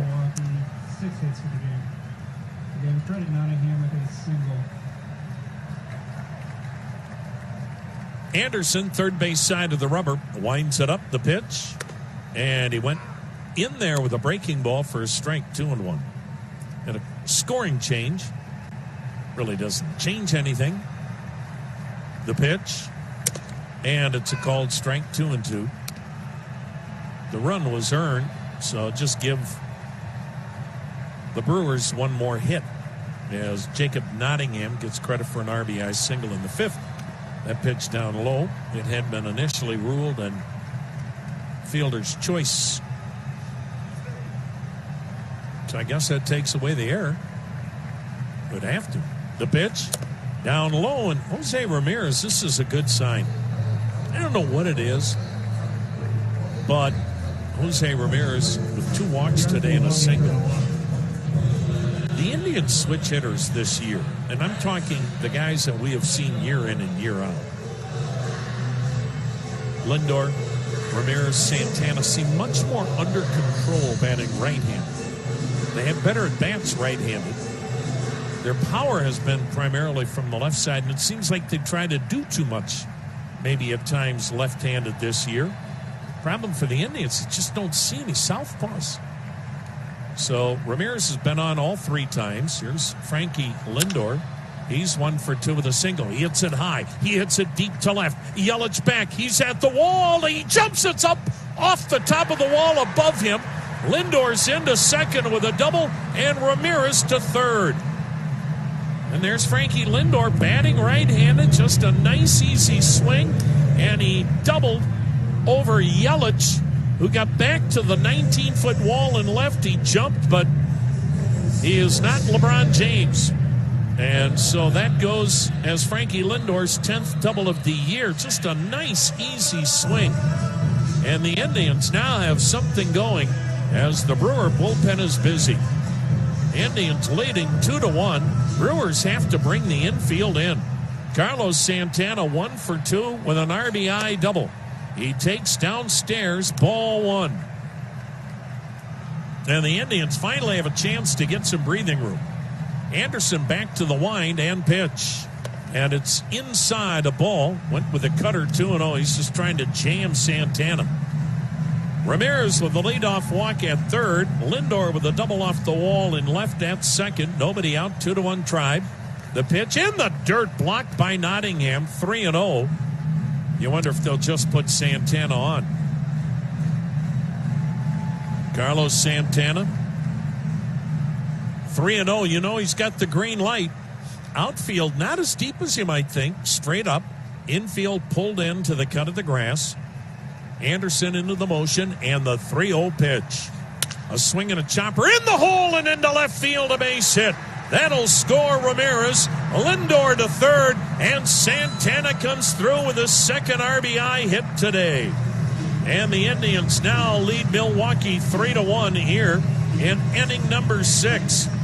And Santana with 19 RBIs on the year. He's had a couple of them today. And Craig Counsell, the Brewer manager, will make a Cleveland Clinic call to the bullpen. The Indians' first 3 innings with nobody out, and Craig Counsell trying to get that double play ball. And this is a guy that's capable of it. Yardley, the side-winding sinker baller, throws in the upper 80s. Sinker slider change for Eric Yardley. He's had a heck of a year. 2-0 with a save, a 1.80 ERA. This will be his 16th appearance. Now, one thing you have to do is be patient. He has walked 7 in 15 innings. So Eric Yardley is looking around. The Brewers are at double play depth on the infield for Franmil Reyes, who's grounded out, flied out. 3-1 Cleveland. Carlos Santana singling home Jose Ramirez. Well, now the Brewers decide to bring the infield partway in. No shift, but the infield pull to the left. Yardley's pitch, and it's called strike. The outfield straight up medium deep. The second baseman, Hira, is maybe 6 feet to the right of second. And basically, the infielders are about even with the bags. So they would have a play at the plate, but they could also turn 2. Now the set. Now the 0-1, and it's ripped foul off to the right, and the count, no balls and 2 strikes. Reyes has been held in check by Milwaukee this weekend, going 0 for 7, and this continues a trend. His batting average on the road is 110 points higher than it is here at Progressive Field. Now the 0-2. Fisted back foul, and we'll do it again at 0-2. Really no explanation, but on the road, Franmil Reyes hitting .372. At home, .262. 7 of his 8 home runs have come on the road. Now the set, now the 0-2. In the dirt, nice block by Nottingham. 1 ball, 2 strikes. Inning started when Jose Ramirez walked. Frankie Lindor doubled off the wall and left. Carlos Santana, with a drawn-in infield, singled through the hole into left. Ramirez scored. Lindor now at third. Santana at first. Still nobody out. 3-1 Cleveland, 6th inning. Yardley's pitch. Way outside and a lunging backhanded grab going to his right by Nottingham. And the count goes to 2 balls and 2 strikes.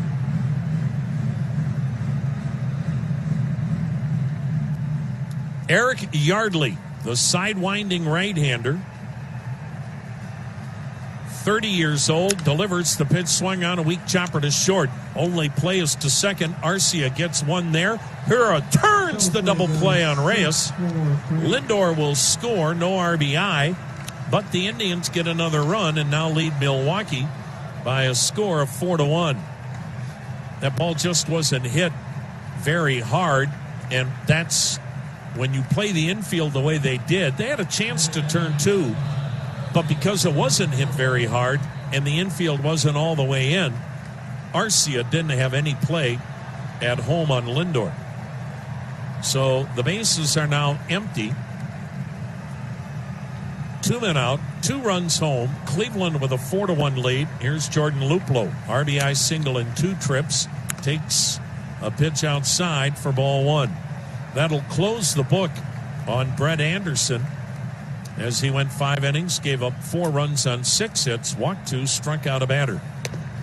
Sinker is down and in, ball 2, 2-0 on Luplow. He broke an 0 for 13 slide with an RBI single with 2 down in the 4th.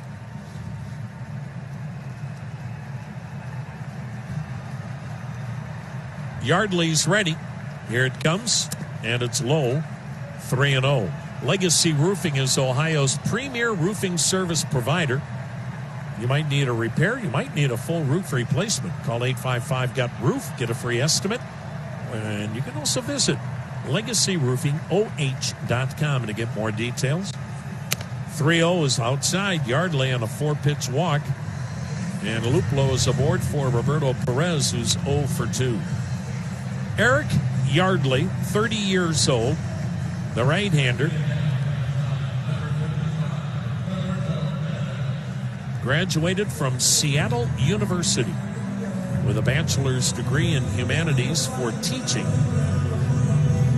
He was going to pursue his master's degree, but instead went and pitched in independent ball. The rest is history. Now the pitch. Perez backs away from a breaking ball inside a ball. And I know all of you have wondered about this, but he has an Australian shepherd named Lila.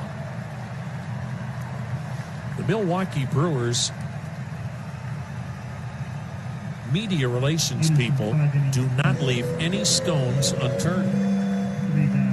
They really do have a great media guide and great notes. 2 walks, 1 strikeout. Yardley, guess where he used to play? San Diego. 10 games with the Padres. Let's just say the entire league at one point in time has played for the Padres or in their organization. Yardley's ready, the 1-0, and it's in there, a called strike, 1-1. Kind of like a manager who's hired to be fired. When you sign with the Padres, you know you're getting traded eventually. Here's the 1-1 pitch.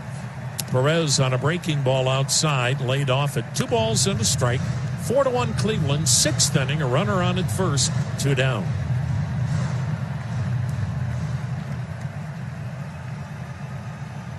The right-hander's ready on the 2-1.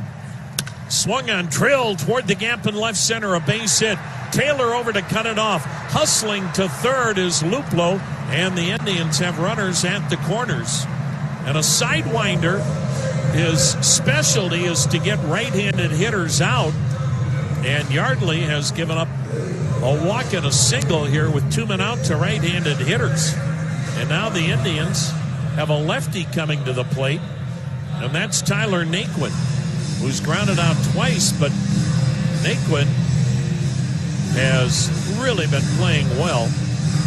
He'll bat with Luplow at third, Perez at first, 2 down, 2 runs in, 4-1 Cleveland here in the 6th. Sandy Alomar was saying before the game today that he was starting Tyler Naquin against the tough lefty Brett Anderson. The set in the pitch, and it's in there. Sandy was saying, look, Tyler Naquin's earned the right to play every day. And how do you know whether or not he can hit lefties if you don't play him consistently against both lefties and righties? Now the 0-1. Naquin slicing it foul down the left side. Nothing into the count. The former Texas A&M first-round pick for the Indians, who's been a real spark to this ball club since he got himself healthy after breaking his toe with that foul ball during summer camp. Down in the count 0-2, but he's a survivor. He finds a lot of ways to stay alive at 0-2. The pitch and a backdoor breaking ball stayed wide. 1 ball, 2 strikes. One thing Naquin won't do is walk much. He's walked twice all season. Now the 1-2. Swung on, grounded toward first. Oh, it was foul by inches. That was close to being a bases-clearing double. So Naquin, with a 1-2 count, steps away, retightens both batting gloves. Perez back to first. Luplow's at third. 2 down in the 6th. Indians with a 4-1 lead. Trying to win the rubber match against Milwaukee. Yardley's ready. Here it comes. And a backdoor breaking ball just missed. It was awfully, awfully close. 2-2 the count.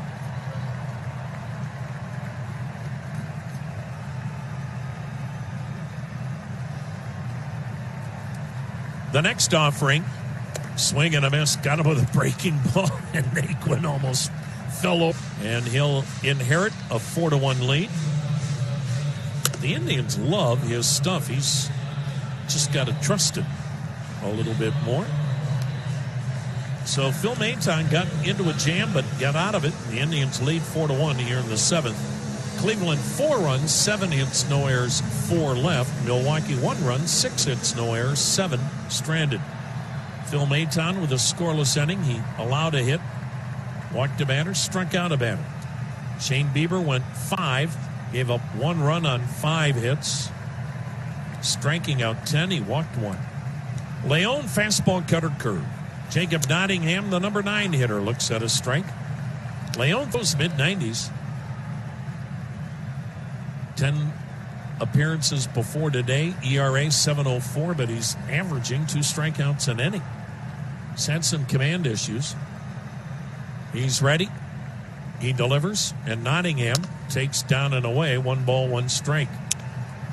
Indians with a 4-1 lead in the rubber match over Milwaukee, and now dark clouds surrounding Progressive Field near at the corner of Carnegie and Ontario. Leon's ready. The pitch, checked on a pitch, downstairs, 2-1. Baltimore had lost 19 in a row to New York. They're now trying to beat them for the 3rd straight time.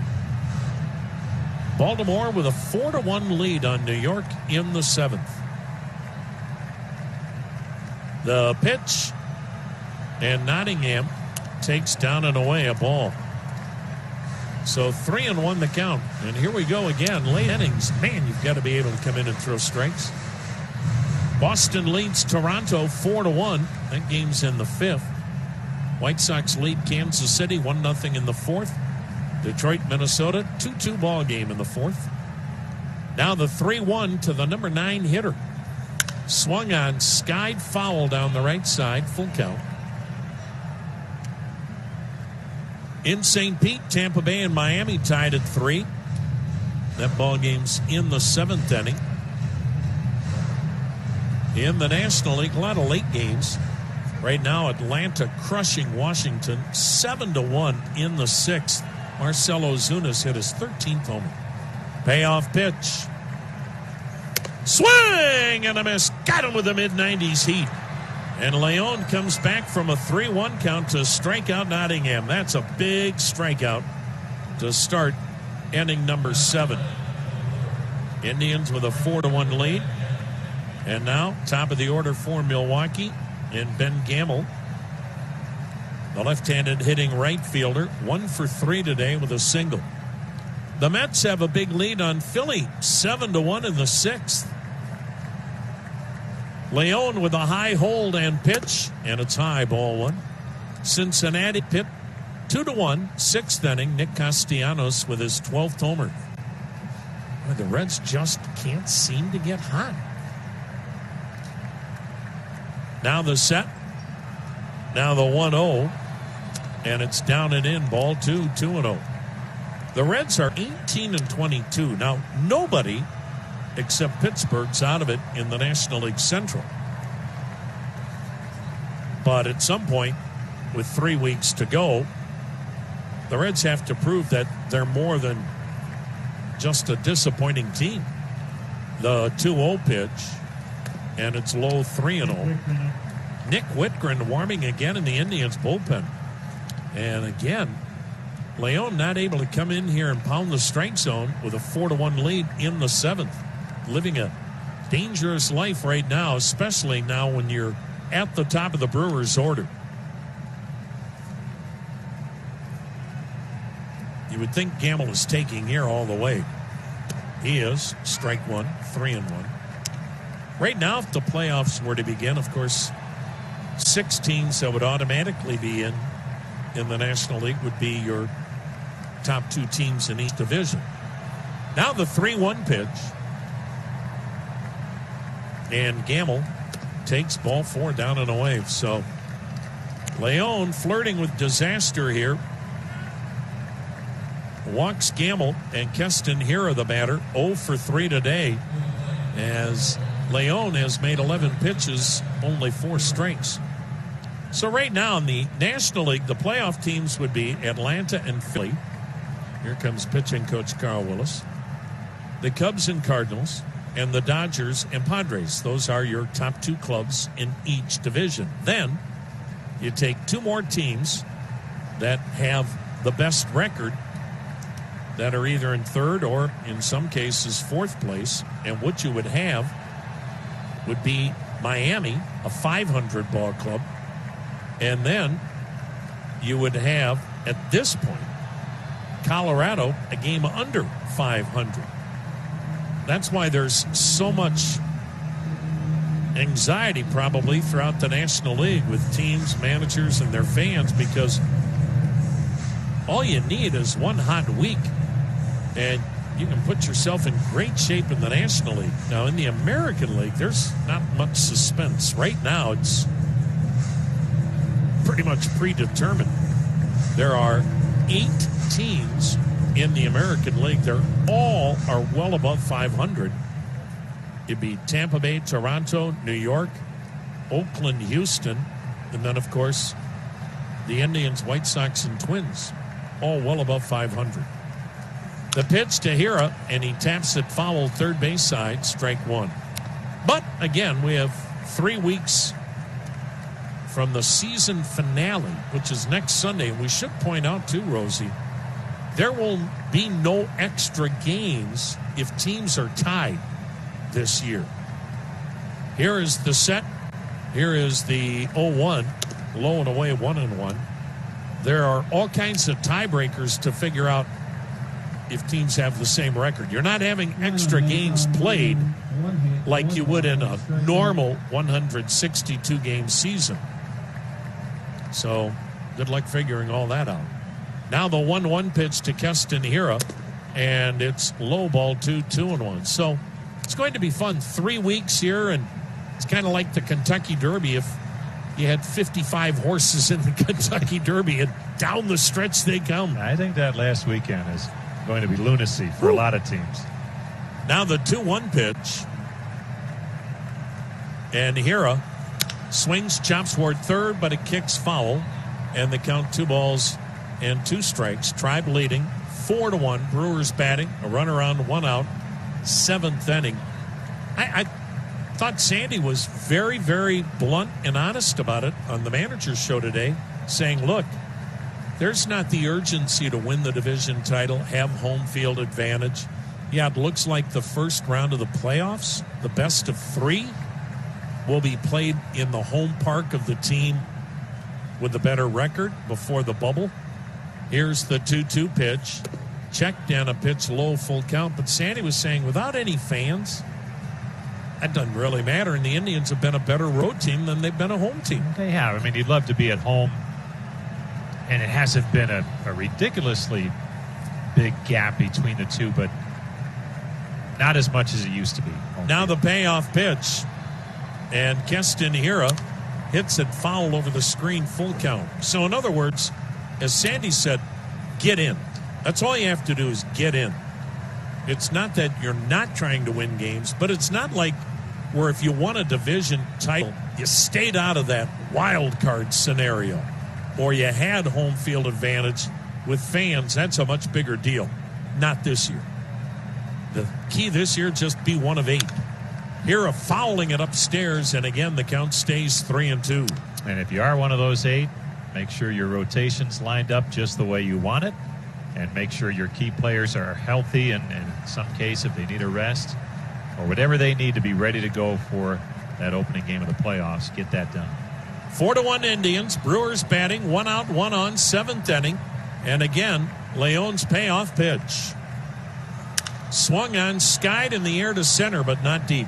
Mercado has it measured, and a good battle is won by Dominic Leon. And boy, Keston Hira has had an impressive weekend. He's retired there. That is the 2nd out in the inning. And now Christian Yelich, who's really had a tough weekend. Yelich, 2 strikeouts and a walk today. 2 for 11 in the series. He does not have an RBI. And for Christian Yelich, he's also struck out 5 times. But still very dangerous. Left-handed hitter. Indians shift 3 to the right side of the infield. And it's a little bit low for ball 1. Indians with a 4-1 lead. The Brewers are batting here in the 7th. A runner on, 2 down. Now overcast skies. The lights better come on pretty soon. Here's the set by Leon and the 1-0 pitch. And it's a fastball strike at 94 on the outer edge. 1-1 the count on Yelich. Ask Nick Whitgren about Christian Yelich. They were teammates in Miami. Here is the set by Leon in the 1-1. And Yelich takes a strike on a fastball, 1-2. Said, are you surprised to see what Yelich has become? Easily could have won back-to-back MVPs. He won it 2 years ago, runner-up last year. He said, nope. If you had seen him in Miami, you knew he was a star in the making. Here is the 1-2 delivery. Down in the dirt, nice block by Perez, 2-2. And Nick Whitgren was saying, he said, we would watch him blast balls to the wall or warning track in Miami. Those are long gone now at Miller Park in Milwaukee, a ballpark that Michael Brantley said is the best hitter's park in baseball, according to Michael Brantley. And Christian Yelich said he is not at all unhappy to be out of Miami in that ballpark. Here's the 2-2. Swing and a miss. He strikes out a 3rd time. So Leon was bobbing and weaving, but he's still. The Indians lead Milwaukee 4-1. Eric Yardley, he would work a scoreless inning, giving up a hit, walked 1, struck out 1. Josh Lindblom, fastball, curve, slider, change. He'll throw a splitter. The Indians with a 4-1 lead as we go to the bottom of the 7th. We gave you the scores in the top of this inning, and they were brought to you by Cohen & Company. With offices throughout Northeast Ohio, Cohen & Company CPAs and consultants help private businesses find opportunities to stay strong. Learn more at CohenCPA.com/baseball.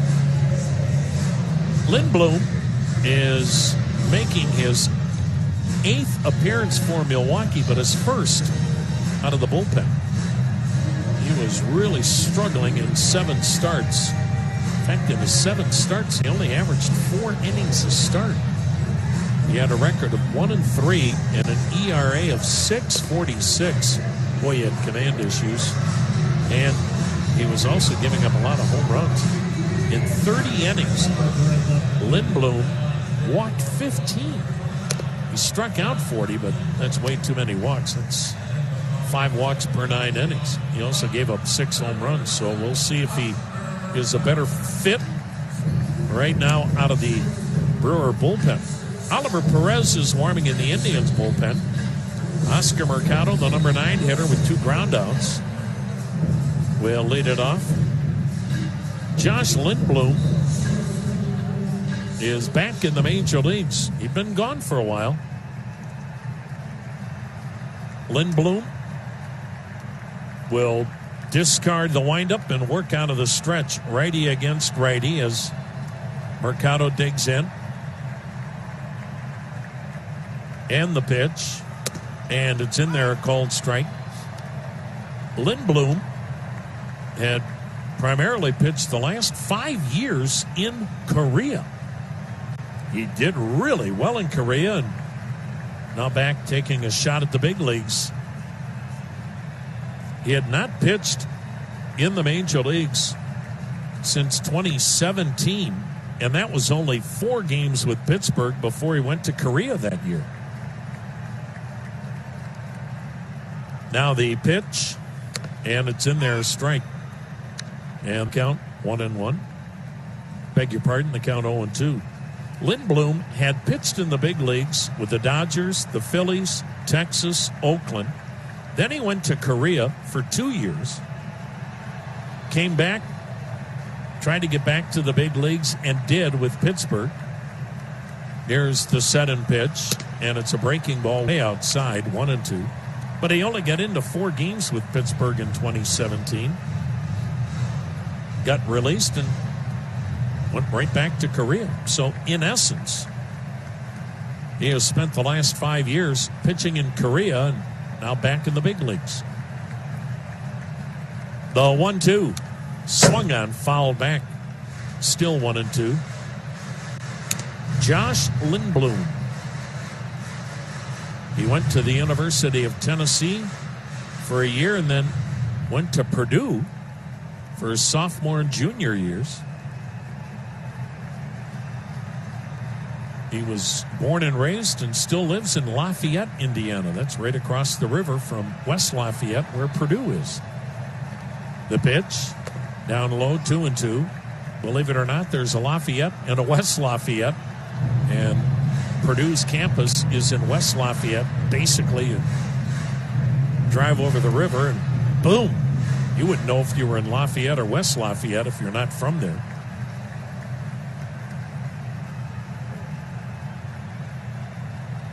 Lindblom got drafted in the 3rd round out of Purdue in 2008. The pitch swung on and missed. Got a fastball in on his hands. He doesn't throw hard. Upper 80s as he strikes out Mercado. 1 down. It's all about location with Josh Lindblom. So he goes to Tennessee for a year, to Purdue for 2 years, and gets his degree when he was playing in Korea.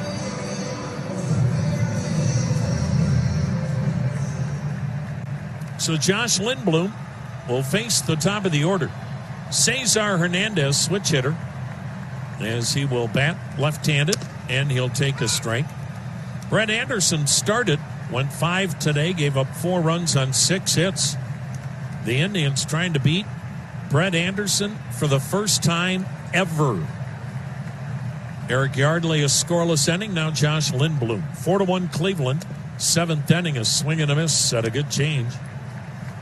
And the count 0-2. Brett Anderson, in his career against the Indians, in 6 career starts, had given up 4 runs total.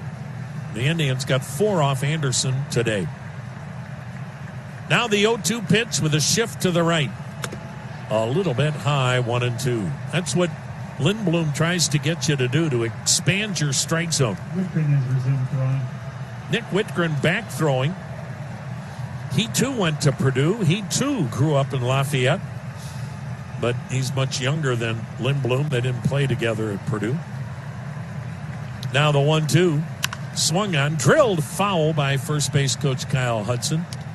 But the one thing you never hear much of, and that is major league players from Purdue. Of course, Kevin Plawecki's from Purdue, but Boilermakers have been better known for their basketball players and their quarterbacks. Drew Brees ring a bell?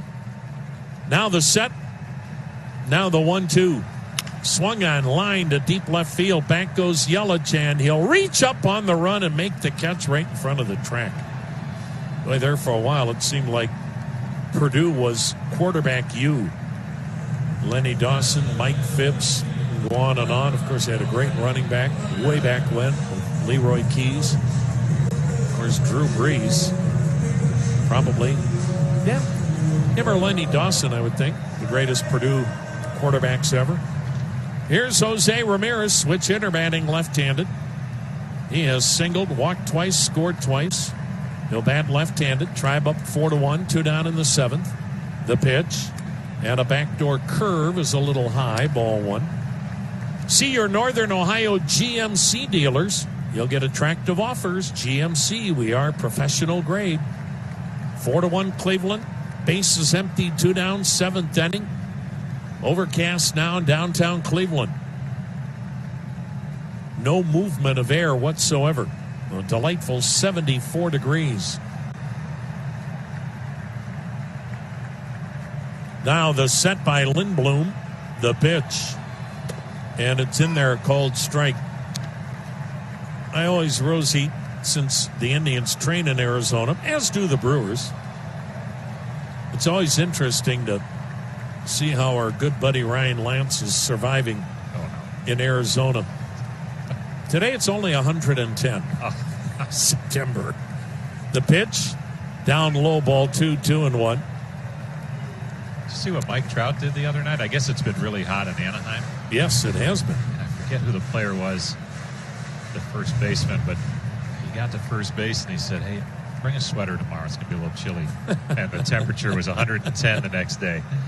That is really hot for Southern Cal. Yeah. Now the 1-2. Swung on, ripped foul down the right side. Still 1-2. Jared Jones now doing such a great job as the head of the Indians complex in Goodyear. Now he's actually with the ball club. There's an extra set of eyes.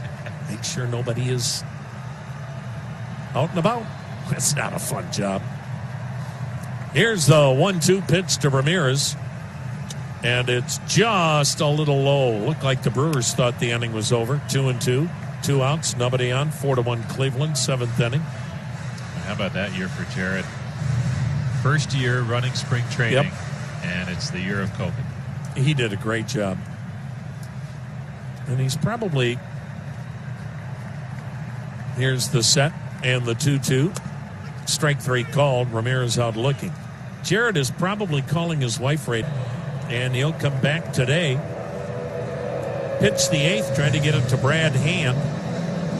The Indians lead Milwaukee 4-1 here in the 8th inning. Nick Whitgren, 2-0 with a save this year, a 2.16 ERA, 18th appearance.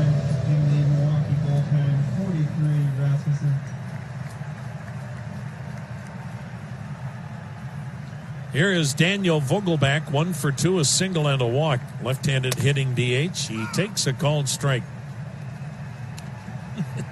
Just heard from Jared. Must be listening down below. Said, I'm not upset about missing the record-breaking Arizona Heat. That's a dry heat, Jared. That pitch downstairs, ball 1-1. California, you're right, Rosie. They're never 110. Yeah. Not in Anaheim. It's been so dry out there. Still some fires in different parts of the state. Yeesh. Here's the 1-1. And it's low ball 2-1. Shane Bieber went 5 today.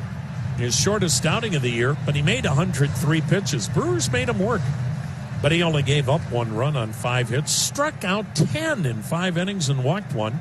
Phil Maton and Dominic Leone each with a scoreless inning. Now Nick Whitgren, and he's way inside with it, 3-1. And Indians relievers today initially having trouble throwing strikes when they come in. Daniel Vogelback.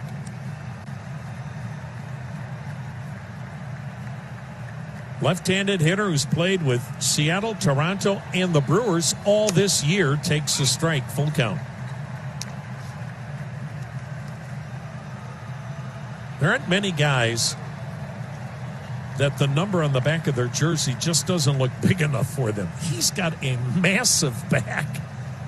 Here's the payoff pitch to Vogelback, and it's swung on, line toward center, coming on Mercado to grab it. That's out number 1. You know what? He may really help Milwaukee. He gives them some balance to their lineup, and he looks like he'd be a fun guy to have on a club, doesn't he? And if he's struggling with the Brewers, maybe the Packers can use him because he'd be big enough. But you know what? Again, Andy Haynes earlier, their hitting coach, was saying he's great to have around. He's fun in the dugout, keeps guys loose, and plays the game hard. And he's had good at-bats this weekend. Here's Orlando Arcia, 0 for 3 today. He takes downstairs, ball 1. 4 runs, 7 hits for Cleveland. 1 run, 6 hits for Milwaukee. 8th inning. Kansas City starts a 4-game series here tomorrow night. The pitch backs him off the plate, but it's a called strike as Arcia looks at Jeremy Riggs, then quickly looks away. 1-1 the count. We don't see much of the Brewers. This kid's a good player. The pitch, Arcia lines one foul down the right side. And the count 1-2. There are so many good shortstops now in the major leagues. And sometimes guys get maybe overlooked a little bit. And it just seems every contending team has a good young shortstop. Yeah. There's not a veteran presence at shortstop on any of these teams. The pitch inside, backed him off the plate again. 2-2. Fastball missing. Looking at some of the best young talent in the game at that position now.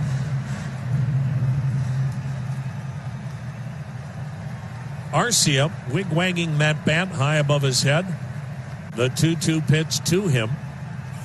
And it's just a bit low. Full count.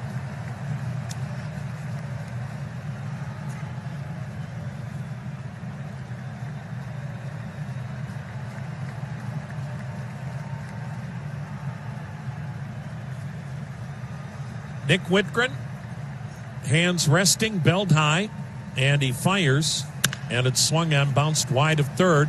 In the hole, backhanded by Lindor, throwing 1 hop to first. Got him again! Holy cow! First it was Ramirez in the first, and Lindor with a terrific play with his backhand at the hole at short, going toward third, making that off-balance throw on 1 hop to first, and getting Arcia by maybe a half a step. And that left side of the Indians infield has shined today. 2 down, 4-1 Indians. And Luis Urias, 1 for 3 with a single to the plate. Base is empty with 2 down. 4-1 Cleveland. The set in the pitch. A swing and a foul upstairs, strike 1. Boy, again, we don't see everybody now, Rosie. Only the American and National League Central divisions. I don't know how anybody will have a better infield defense than the Indians this year. When you talk about range and all of that. Well, it's been a big key defense just in general, but certainly on the infield for the Indians, it's been a big key. The 0-1. inside 1-1. And again, the Indians ranked second in Major League Baseball in pitching, second only to the Dodgers. And granted, the Indians' pitching is sensational, but you waste great pitching if you don't have great defense. And the Indians have both. The 1-1, swung on, smashed on one hop to short. Lindor in shallow left center, has it, throws out Urias, and Whitgren let him put it in play and then said, you guys with the gloves are pretty good. We'll go to the bottom of the 8th, and the Indians continue to lead the Brewers 4-1. Well, the Indians are going to see one of the Brewers' best prospects in Drew Rasmussen as we now go to the bottom of the 8th. The Indians with a 4-1 lead on Milwaukee. Josh Lindblom, scoreless inning, and struck out a pair. Brad Hand getting ready for the 9th. The only thing that could change that is if all of a sudden the Indians had a blowout inning. Drew Rasmussen throws in the upper 90s. The right-hander, now 25 years of age, 6'1", 211. Upper 90s fastball, curve, slider, change. Frankie Lindor batting left-handed. The set and Rasmussen's pitch, and it's in there, a strike. Boy, that was an easy 97 miles an hour. Brewers put 3 on the right side of the infield. Lindor today, a double, a single, 2 runs scored, 2 for 3. Tribe up 4-1. Rasmussen's ready, here it comes, and a fastball just a bit wide, 1-1. This is his 5th Major League appearance, 3.68 ERA. This kid is 25, and he's had Tommy John surgery twice in his life already. The pitch, Lindor takes the high heat, 2-1. Tampa Bay made him a first-round pick as he was coming out of Oregon State 3 years ago, but did not sign him because they were concerned about his elbow following the Tommy John surgery he had as a sophomore. Now the 2-1, outside 3-1. So he went back to Oregon State and needed a second Tommy John surgery as a senior. I mean, to have 2 Tommy John surgeries is one thing, but to have them in a 3-year period? 3-1 pitch, a foul upstairs, full count. So believing he'd make a full recovery, even though he never pitched as a senior, Milwaukee made him a 6th-round pick. And he's back throwing in the upper 90s. This is only his 2nd professional season. Last year, in the Brewers farm system, he made 23 starts. Now he's being used out of the bullpen in his 2nd professional season of pitching. Now the payoff to Lindor. Outside, he walked him at 97 miles an hour. So Rasmussen has walked Frankie Lindor to start the 8th. The Indians lead this game 4-1, and Cooper Tire, proud partner of the Indians, go with the Coopers. Well, you got to wonder, long term for a guy like Drew Rasmussen. First, I mean, very seldom do you ever make it back after 2 Tommy Johns. Do the Brewers feel like it's safer to use him out of the bullpen long term? Because with this arm, my goodness, you sure want him healthy in some role. Toss over to first, back with a dive is Lindor. Carlos Santana batting left-handed. RBI double, RBI single, 2 for 3. Santana gave the Indians a 1-0 lead in the first with a 2-out RBI double into the left field corner that scored Jose Ramirez, who had walked. The set by Rasmussen. Throw to first, Lindor back diving. In the 4th, Frankie Lindor singled and eventually scored on Jordan Luplo's 2-out single. In the 6th, the Indians chased starter Brett Anderson when Jose Ramirez walked. Frankie Lindor doubled, and Carlos Santana with an RBI single to left. The Indians' fourth run came in the sixth inning as well on a double play ball. 4-1, Cleveland up, eighth inning. The pitch and a curveball down low, 1-0. And the Indians have reached that magic number. They're at 4 runs today. When the Indians score at least 3 runs, they are 19-2 this year. And that's because of their incredible pitching. Lindor's taking a pretty good lead. He looks like he might want to run. The 1-0. Swing and a miss. High fastball, 1-1. Adam Pletko has joined Brad Hand in the Indians' bullpen, and he would pitch the 9th inning if the Indians could open this thing up. 4-1, Cleveland leads. Bottom of the 8th, a runner on, nobody out. Rasmussen really working slowly. Now the throw over, and Lindor dives back again. Another product of Oregon State. They have been winning national championships right and left and putting a lot of kids into Major League Baseball. Rasmussen's ready. Now the 1-1. Outside ball 2-1. Nobody is happier about Oregon State than Danny Williams. What a great guy, Danny Williams. Long-time coach on Mike Hargrove's staff with the Indians, and now Danny does a great job teaching youngsters how to play baseball. He has his own baseball facility and has travel teams and whatnot, and there's not a bigger fan of the Beavers than Danny Williams. Just don't mention the Oregon Ducks to Danny. Here's the set by Drew Rasmussen, and the 2-1 pitch. Low, ball 3, and the youngster having trouble throwing strikes. We're at first, nobody out, 8th inning. Indians up 4-1 in Santana with a 3-1 count.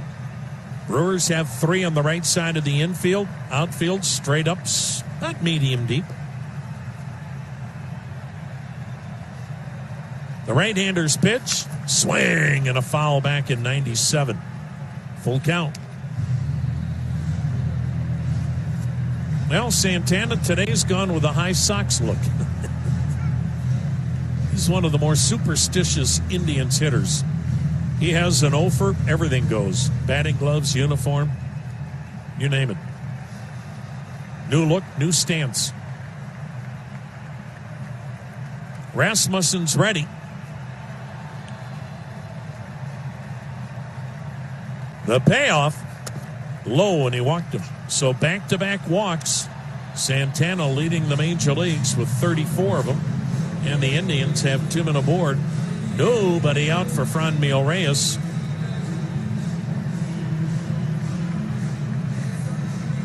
So the Indians kind of have a chance here to kind of put this thing away. And the Brewers just cannot go to any more pitching. They have got to make it work here.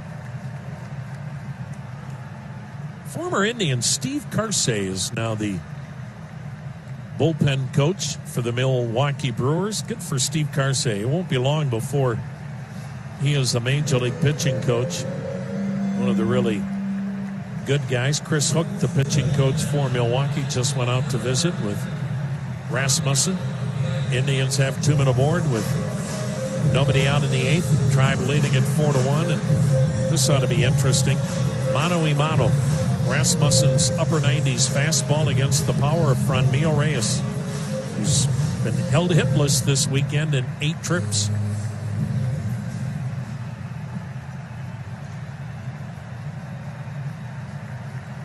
Rasmussen with a hands chest tie, checks second, comes to the plate, low and away, ball 1. Well, and again for Milwaukee, talked about it before, they really invested a lot in trying to win last night's game. Their key setup guy, Devin Williams, went 2 innings. Their closer, Josh Hader, worked in the 9th. The pitch, swung on, fouled back 1-1. You can't go to those key guys down 4-1, so they've got to let this kid maybe go through the bumps and bruises of figuring it out on the big league level. And Brewers, not that they're conceding this game, but you can't keep chasing wins when the odds are really against you. You don't want it to hamper your efforts later on in the week. Now, they have a couple of off days this week, so that'll help, but you certainly want to keep things in order for when you do have a lead. Rasmussen's ready. And the pitch. Swing and a miss. Oh, my. Got it by Franmil Reyes, who took a mighty whack and came up empty. This guy would supply some power if Reyes can make good, solid contact. That's the challenge. The lights are still off. Jim Folk did not pay this month's electric bill. Here is the 1-2 pitch. Reyes takes down in the dirt. What a stop by Nottingham on a slider. Ball 2, strike 2. You would think with all the baseballs that you say that Jim is taking out of the seats that he would have had enough money to sell those baseballs, pay the electric bill, put the lights on, Jim. You know what? I actually got some correspondence on where the baseballs are going. To a good cause. Yeah, the grandchildren's college fund. It's a good cause. Here's the set by Rasmussen, and the 2-2 is outside, full count. So Rasmussen has already made 17 pitches this inning, and only 6 are strikes. Lindor at second, Santana at first, nobody out in the 8th, and the Indians with a 4-1 lead trying to blow it open. Reyes awaiting the 3-2 pitch from Rasmussen. Here it comes. Swung on, hit a ton, deep right field. Gamble going back on the track, in the corner, makes the running catch, and everybody has to scamper back. Nice running catch in the right field corner by Ben Gamble as Reyes took it down that line and almost had himself extra base hit that would have cleared the bases. 1 down, and that'll bring up Jordan Luplow, 1 for 2 with an RBI single and a walk today. Right-hander against right-hander.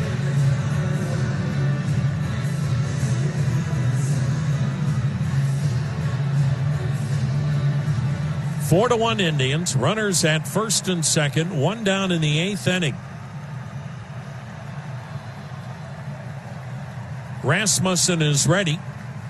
Here it comes. And a breaking ball missed outside a ball. Hey, to get your best deal on any new or used car, go to Sunnyside Toyota in North Olmsted or check out all of their inventory, their current specials. They're all online at mysunnysidetoyota.com. Now the 1-0. Swing and a foul tip into the catcher's mitt. 1 ball, 1 strike.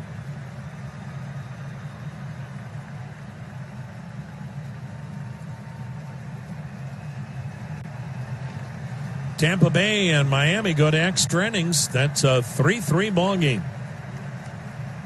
Tampa Bay, the best team in the American League right now, record-wise. Now the 1-1. Outside a ball, 2-1.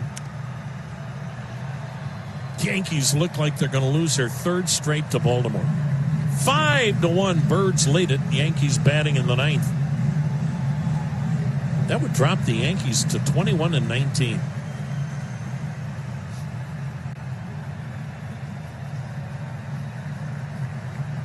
Now the 2-1 pitch.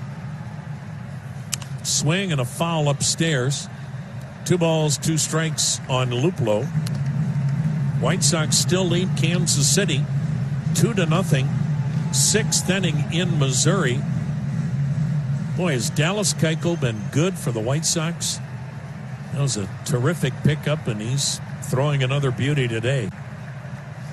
Minnesota has scored 4 in the 5th. They now lead Detroit 6-2. They go to the 6th. Minnesota and the Indians tied for second, a half game in back of Chicago. 4-1 Indians, 2 on, 1 out, 8th inning. The pitch. And it's a little bit low, full count.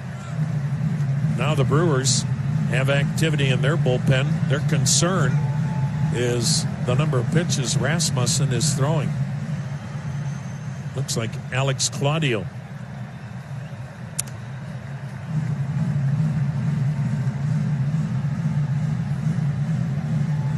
I'll say one thing about Mr. Rasmussen. He has no pace whatsoever. There isn't anybody that works much slower in the game than this guy. Now the payoff pitch. Swung on a chopper on the right side in the hole. Good play by Hira on the run. Throw to first, not in time. Luplow beat it out. With the infield pull to the left, Luplow bounced that one on the right side toward the hole. Hira had to come a long way. The second baseman gloved it, but Peterson and Rasmussen were both late getting to the bag at first. They were both there as Hira kind of had to lob it there. And by the time the throw got there, Luplow had hustled it out for an infield hit. And the Indians have loaded up the bases. Luplow's second hit. And now the Indians have Lindor at third, Santana at second, Luplow at first, 1 out, 4-1 Indians in the 8th. Brewers infield double play depth for catcher Roberto Perez. The pitch, a foul back on a breaking ball, strike 1. Perez 1 for 3 with a single. The Brewers have opened up a gaping hole in left center. Yelich straight away in left. Taylor, the center fielder, way towards the gap in right center. Gamble shading toward the line in right. None of the outfielders very deep. The 0-1 to Perez. And he checked on a slider down low. Ball 1, strike 1. Rasmussen has made 26 pitches. Only 11 strikes. Bases loaded, 1 down in the 8th. Cleveland on top, 4-1. The right-hander's ready. Here it comes. Swing and a miss. Fastball up around the letters. 1 ball, 2 strikes. 54 Fire Eisen and 58 Claudio up from Milwaukee. Now the Brewers have double barrel activity. Fireeisen has joined Claudio. The 1-2 checked and strike 3 called. Perez out looking with the bases loaded. That's the second out in the inning, and that's a huge one for the kid. And Craig Counsell will make a Northern Ohio Toyota dealer's call to the bullpen. A little bit like Oliver Perez. He gives you a lot of arms, legs. He'll turn the back. Sinker, slider, changeup, throws in the mid-80s.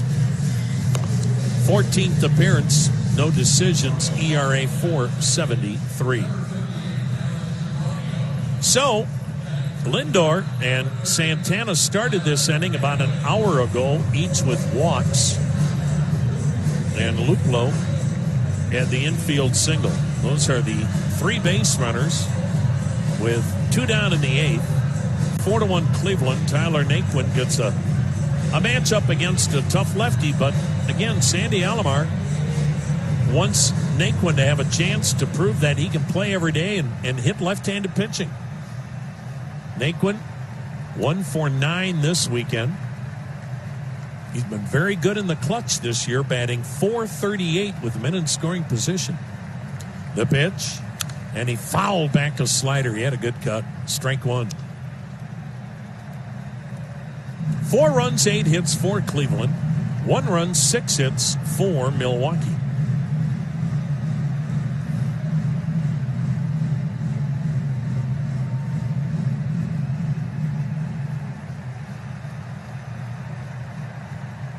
The set, the pitch. Strike 2 called. Fastball at 86, catching the outside corner.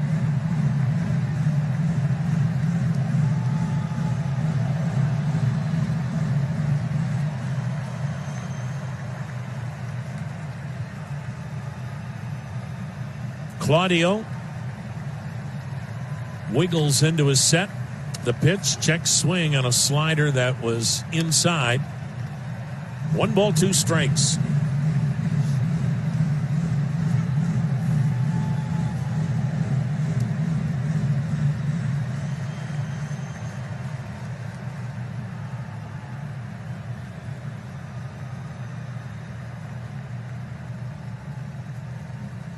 Now the pitch, swung on a little popper. This is on the left side of the infield. It'll be caught by the shortstop, Arcia. And the Indians had them loaded up with 1 down. We go now to the 9th inning, and Brad Hand looking for career save number 100. 4-1, the Indians lead. Hand has 10 of those 99 career saves this year. He's 1-1 with a 2.84 ERA. Fastball slider. Brad Hand got the win last night. Somehow he got out of one heck of a situation in the 9th inning. Gave up the leadoff double. Brewers had runners at the corners with 1 out, and he struck out Ryan Braun, and he got Mark Mathias to pop up to end the ball game. Now Brad Hand trying to get win number 7 for Shane Bieber, who went 5 innings today, gave up a run, struck out 10.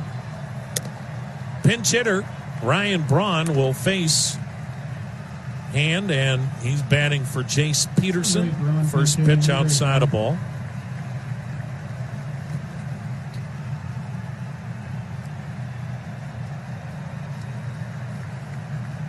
The set by Hand, and the pitch.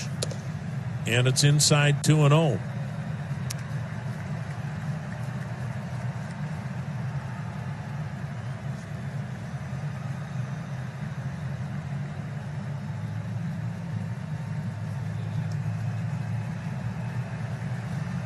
Ryan Braun, when he's played this weekend, has swung the bat pretty well. The pitch to him, and he drills this one to left field. Coming on and playing it on the bounce as Jordan Luplow tried to make that swoop catch, and it bounced, and the umpire saw it. But Braun has a pinch hit, and the Brewers get the leadoff man aboard here in the 9th inning. 4-1 Cleveland. And now Tyrone Taylor, the right-handed hitting center fielder, 0 for 3 today.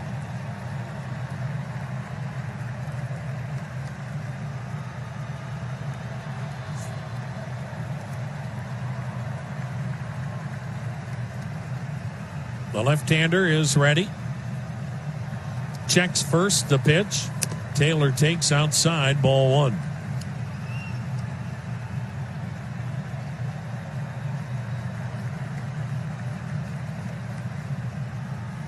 Nick Whitgren did his job as usual. Had a 1-2-3 8th inning. Indians bullpen's been good today. Maton, Leon, Whitgren, 3 shutout innings, as the next offering is fouled back by Taylor, 1-1. Indians pitchers have struck out 13 today, so the Indians have struck out 10 or more in each game in this series. The Brewers have struck out 34 times in the 3 games. Now the set, the look over, and the pitch. Swung on, tapped foul by the Indians dugout, third base side, a 1-2 count on Taylor. I thought Sandy Alomar made another great point today, Rosie, in talking about how with 3 weeks to go, yeah, it is crunch time, but it's not all about winning the division, home field, none of that like in past years. It's about getting in. Here's the set. Here's the 1-2 pitch. Swing and a weak fly ball to right. Out goes the Indian second baseman Hernandez, but in shallow right, the right fielder Naquin puts it away, 1 down.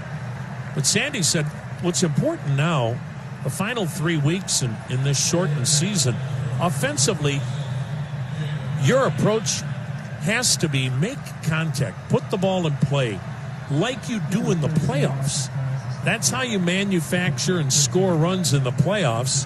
Home runs help, but if you're all or nothing, you're going to be golfing pretty early in October as Mark Mathias will bat for the leadoff man, Ben Gamble. He's on the on-deck circle as Jacob Nottingham at the plate takes down an in a ball. I think we saw the results early in the season on a lot of Indians hitters who did not have that approach, and it was not good. And those who have turned it a little bit, especially Francisco Lindor, much more calm approach, taking their base hits, not worrying about the home runs. Now the set by hand, and the slider's in there. 1 ball, 1 strike. So 3 weeks from today, it ends the regular season. And same kind of thing 3 weeks from today. Every game is going to start in Major League Baseball at 3 o'clock, basically, Eastern time. Here's the 1-1. Swing and a miss, 1-2. So teams in the West Coast will be starting at noon. Teams in the Central time zone will start at 2, and teams in the East will start at 3. That way, if there are games that are going to decide who's in the playoffs and whatnot, you can do some scoreboard watching, which is fun. It's been good the last couple of years. Yeah. 4-1 Indians, 9th inning, 1 on, 1 out. The 1-2 to Nottingham, swung on, bounced in the hole. Lindor to a knee, gloves it, goes to second one. Hernandez relayed, got him! Ball game! How did they turn that? A 6-4-3 double play to end the game. And the Indians have won the rubber match and have beaten the Milwaukee Brewers by a score of 4-1. But hold everything. Why not? If you're Craig Counsell, no need to save your managerial challenge. The game's either over or you challenge the call and hope you get lucky. This manager's challenge is brought to you by U.S. Safety Gear. Call U.S. Safety Gear for your corporate apparel needs at 800-686-1459. U.S. Safety Gear, the preferred provider of game day apparel for the Cleveland Indians. So the game is either over or the Brewers will have a 2-out base runner at first as the Indians lead the Milwaukee Brewers 4-1. You know what Sandy also pointed out too, Rosie, and here the headsets are removed. It's a double play. The call stands. The Indians have 1 road trip left. But oh my, is it a doozy? They're going to go on a 10-game road trip. No, it's actually 9, but they're gone for 10 days. 3 to Minnesota. Then they play 2 with the Cubs, and then 4 in Detroit. That could be pretty grueling. There's still a lot of baseball left. I think it's easy to get sucked into, they're in because everyone in the Central is going to make it, the top 3 teams playing so well. But there's still work to do, and I think they're very cognizant of that, and I don't think you see the Indians taking their foot